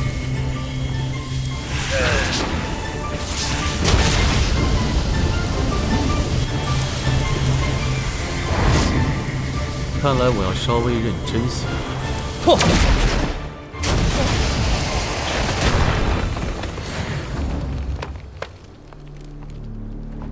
比想象中厉害一些，下次继续。山主饶命！哎呀，我的胳膊肘啊！哎呀，我的玻璃盖啊！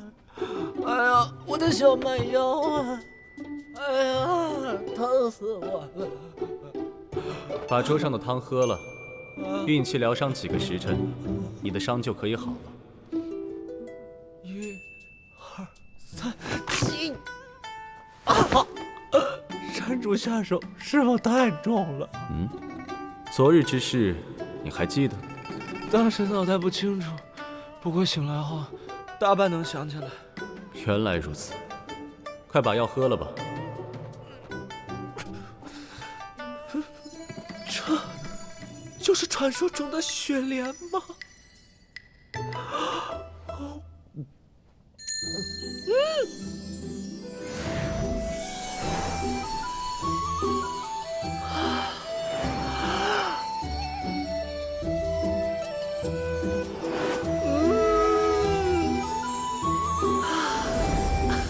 身体没有大碍了，便来正厅寻我，陪我下一局棋。这么多年了，终于能有一个人陪我下棋了。呀，收到。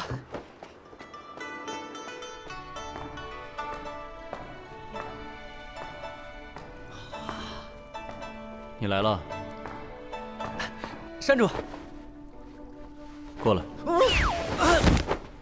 你棋艺如何？我师傅是谢看花，他自称自己当年是棋剑双绝。我的剑术虽没得到师傅的真传，但我的棋术却比他好多了。很好，若对手太弱，我可就没有兴致了。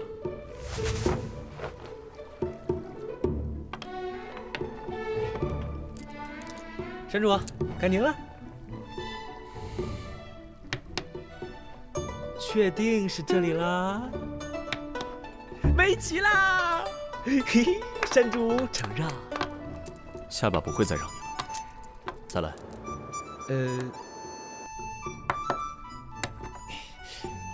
要不山主执黑先行，我执白。不必，再来。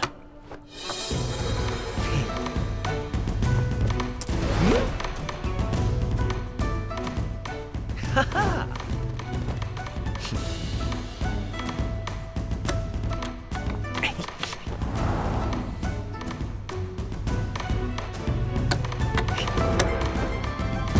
又此类！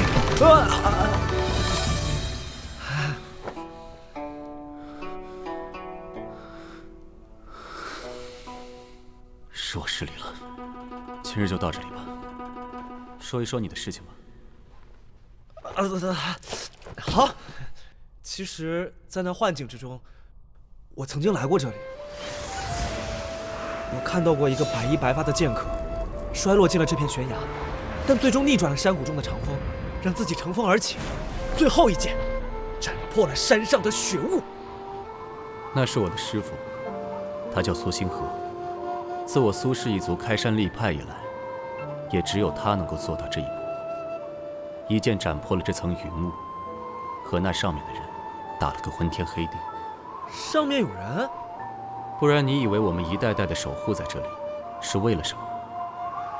上面的是仙人？你听过那么多的传说，比如这里是元始天尊的道场，比如说西王母的瑶池就在昆仑。你以为传说真的就只是传说吗？啊？难道说当年苏寒说等几十年后，他替我来守着昆仑。现在他来不了了，你呢？你愿意来守着昆仑？我没有父亲那般的宏图壮志，甚至于曾经想过，在那杏花村中永远过着平静的生活，也未尝不可。这么说，是不愿意了？啊，不是。若真到了我不得不承载起这职责的那一刻，我不会犹豫的。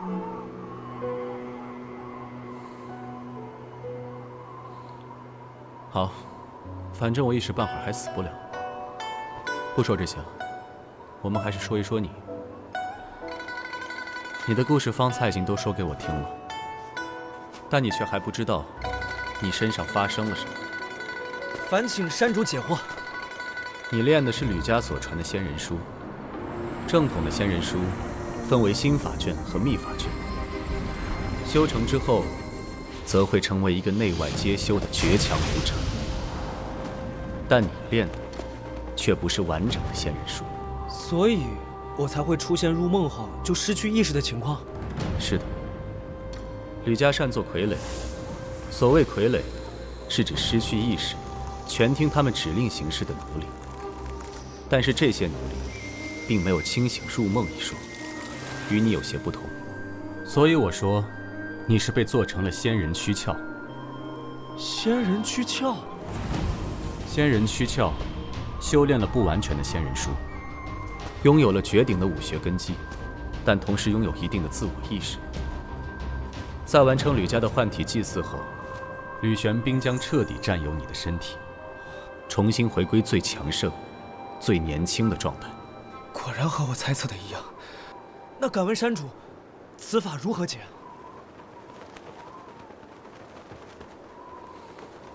无解。啊！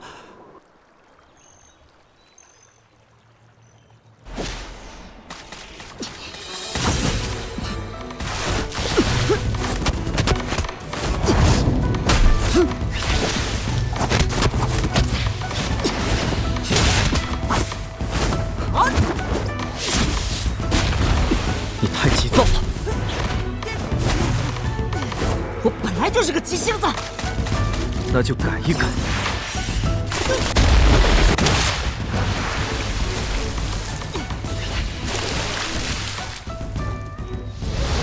你的武功已经不及学宫那位姑娘。哼，现在说这些还为时尚早。还是和以前一样啊。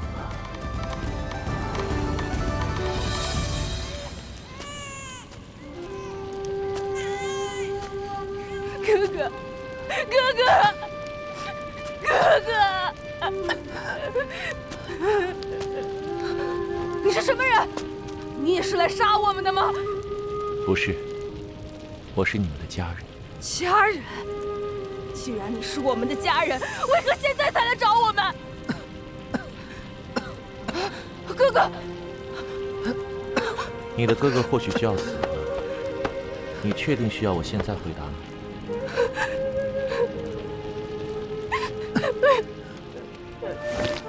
请你救救我的哥哥！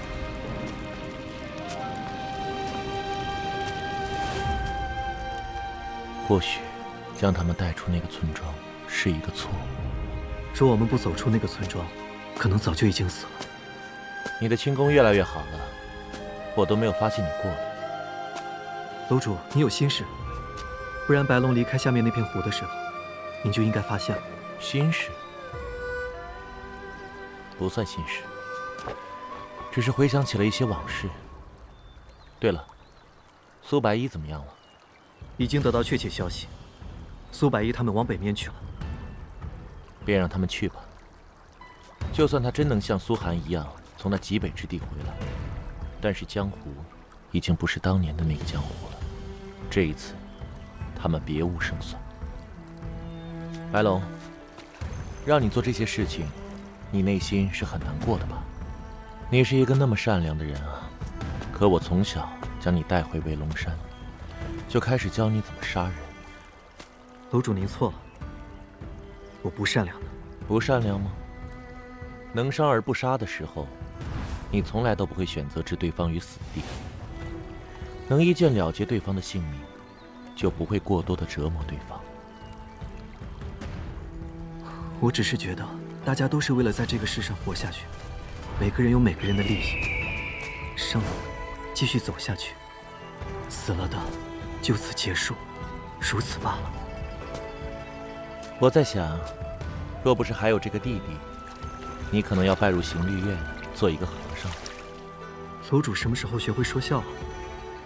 这件事情结束以后，你可以带着你的弟弟去任何你想去的地方。白河一直想着那个所谓的故乡，他常和我提起，说他在书上看到过，灵州山上奇花异草，万兽有灵，是真正的人世仙山。相信我，那绝对不是你们想要去的地方。等到瀛州北临之时，你们便离开，永远都不要再出现。那时的江湖将比现在更加可怕。为何无解？既然无解，不妨选择和解。我不明白。我观察过了，这门武功在你沉睡之后会唤醒另一个你，但让我感到奇怪的是，在你醒来后，却能记起另一个你所做之事。既然如此，你为何不尝试着和他沟通一下呢？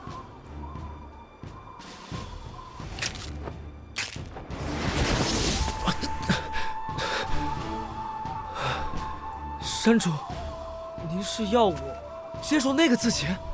或许是让那个暴力嗜杀的你，接受现在这个善良、温和的你。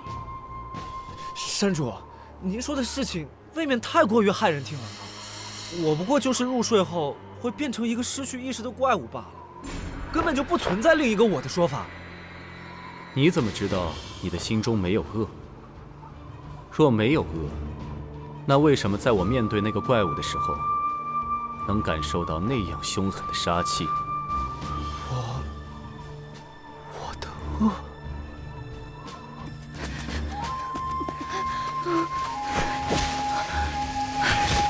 这边，千羽，我跑不动了。发生什么事，都不要出来。千羽，千羽，站住！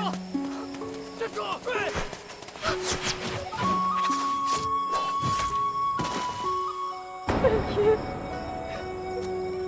千羽，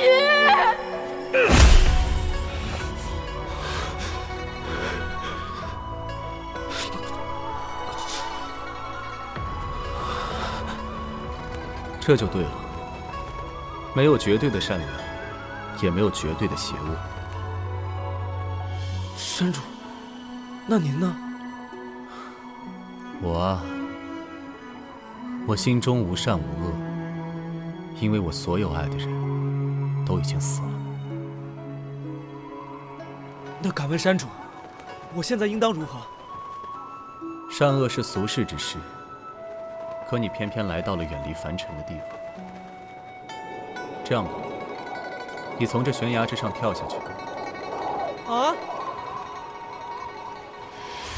我借你这一道内力，某一日，等你能像那书中所看到的幻象一般，以长剑逆风，最后乘风而起，我再传你真正的天宁剑法。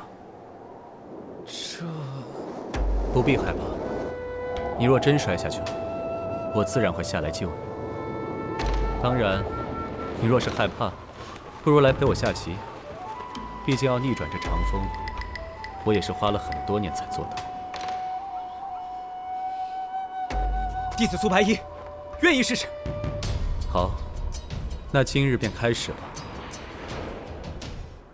山主，你不是说若我上不来，你会来救我的吗？你怎么走了？我能让你死在昆仑山吗？你放心大胆的去试吧。好，我信你。啊！救命啊！苏家不幸啊，又出了一个傻子。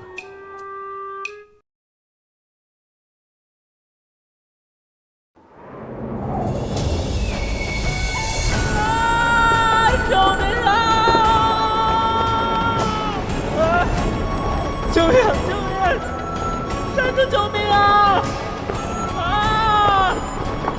你不是说让我放心大胆的试吗？啊！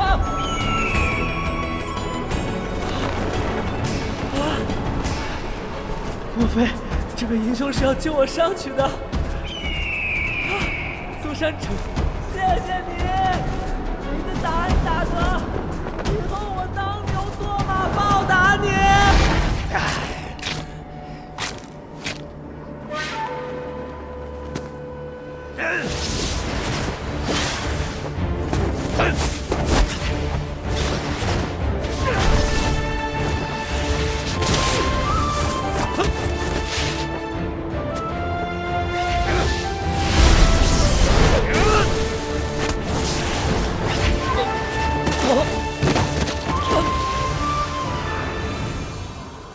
比起昨日进步了不少。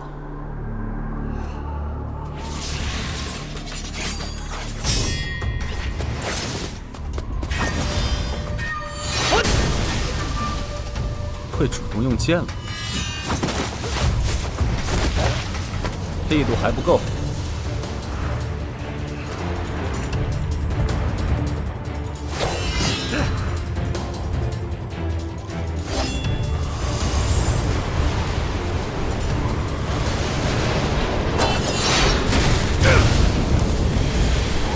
在我面前用天宁剑法，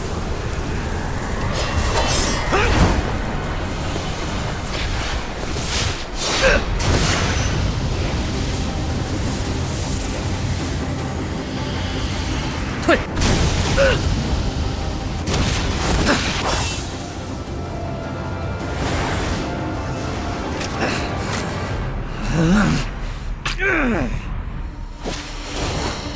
想找我破绽？来！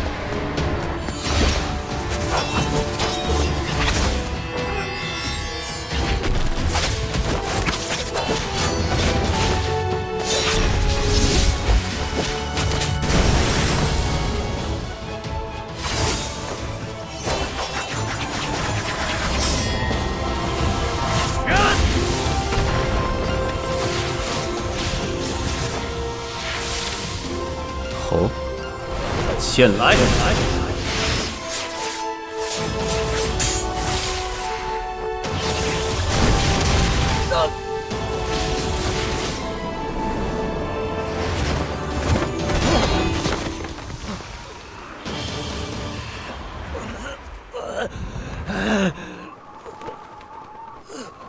方才这一剑，可记住了？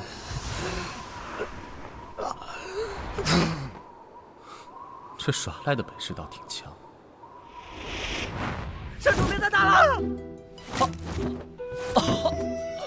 我的胳膊肘啊！哎呦，我的玻璃盖啊！哎呦，我的小蛮腰啊！山主，你下手可真够狠的。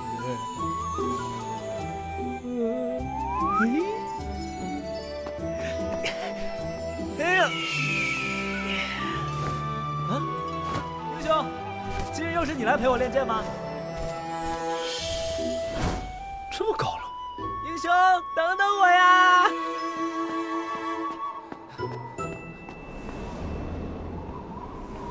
师姐，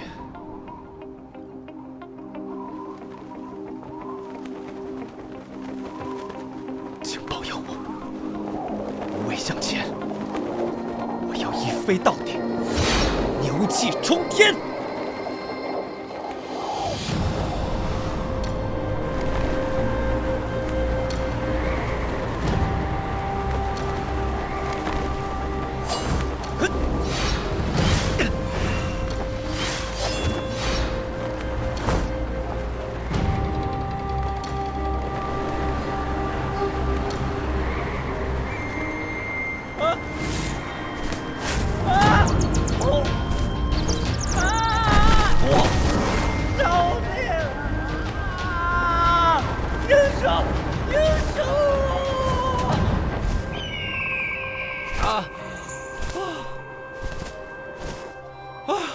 得救了，差点就粉身碎骨了。也不知道该说你聪明，还是说你傻。你猜到了这逆转长风的奥妙，却又差点在感受中把自己摔死。相信有您和英雄在，我不会出事的。嘿，再来，再来！啊！不必着急。所谓天道之间，需要与自然相合，领悟自己的天地。自己的天地？对，比如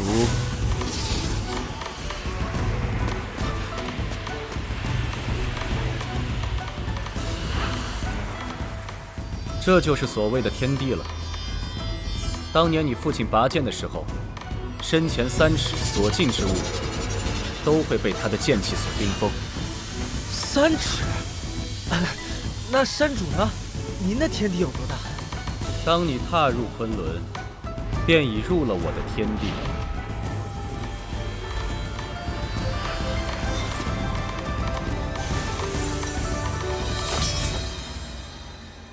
今日我带你去一个地方。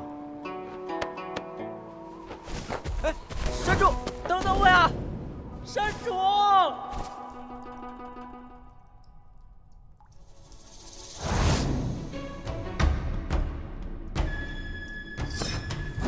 这里是剑阁，里面藏着我们苏氏一族历代传下来的名剑。在你下山之前，可以挑7柄。苏氏剑阁？哇！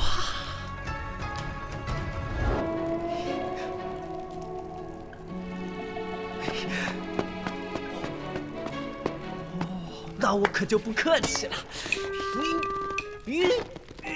什么情况？怎么拔不动？看来还是来早了呀。方才有一句话我说错了，不是你挑剑，而是剑选择你。剑选择我？就像是这样。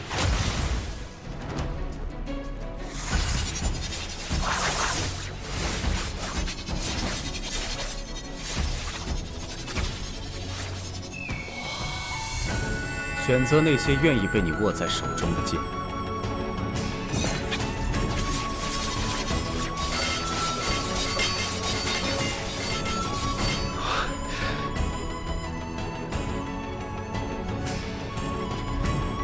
这样吧。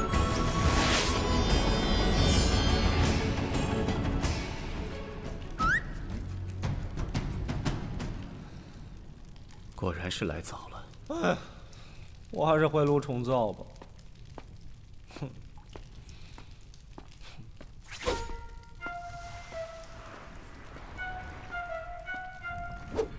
啊！山主，这什么情况？这地方不会有……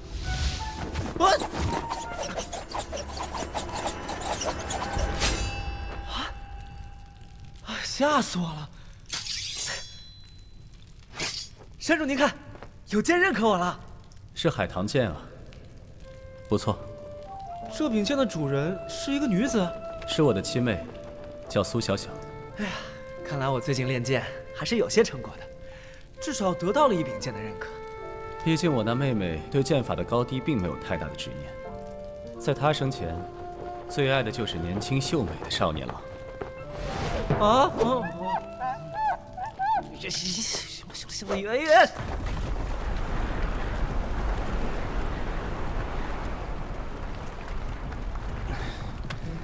封佐军已经砸毁城内5条街了，再加这城门口，怕是要不少银子了。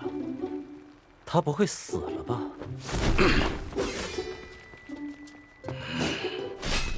放心，整个山都塌了，他也死不了。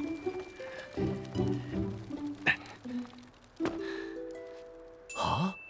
城主的13式霸道已经用了12式了，他居然还能站着。城主的这一刀可真够狠的呀！再来！不必了，我能教你的已经都教给你了，至于剩下的，那就得靠你自己去江湖上走一遭了。城主，别这么谦虚啊！放肆！真逼城主出了第13式，就要死了，见不到这最后一式，有些遗憾。这最后一式只是我对于刀的领悟，而你应该有你自己的领悟。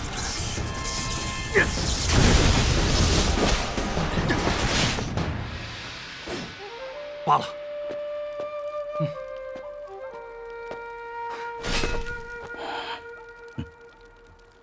师傅，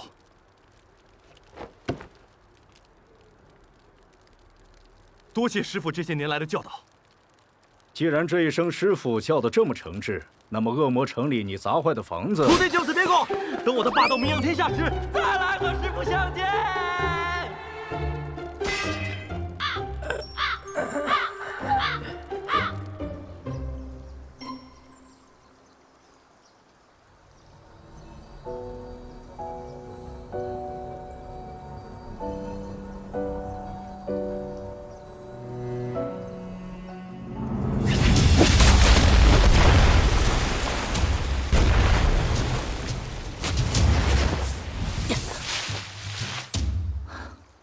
谢大哥的3花聚顶神功愈发醇厚了。墨尘，你又贪玩。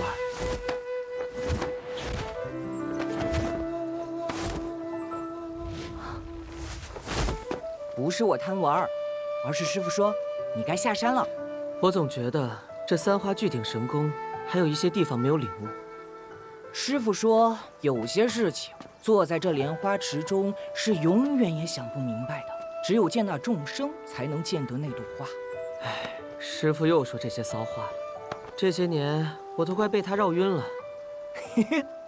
不错不错，谢大哥你果然开窍了。哼，你呀。对了，这么多年过去了，你怎么还没长大？师傅说我还没开窍呢。好吧，那你以后多保重，我要和师傅告别，下山去了。你也多保重。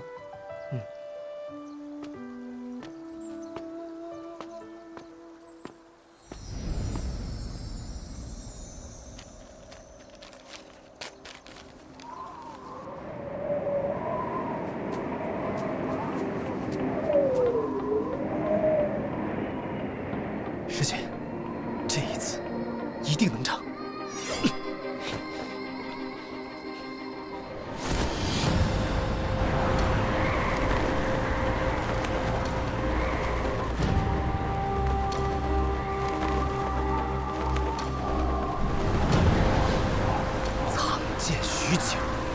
是今日！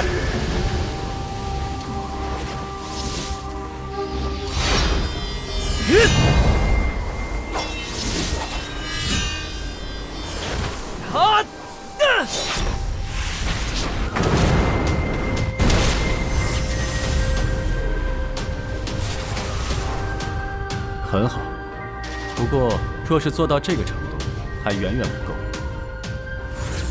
当然，还有一剑，这一剑将助我扶摇而上。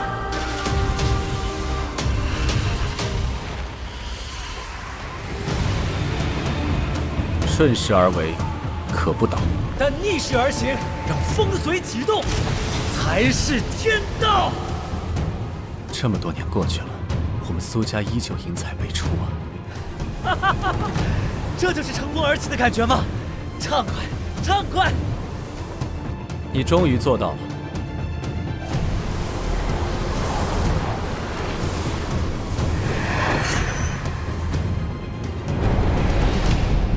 可我觉得还不够。不可！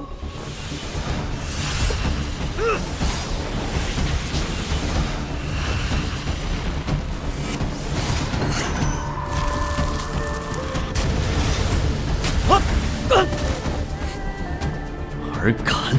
剑来！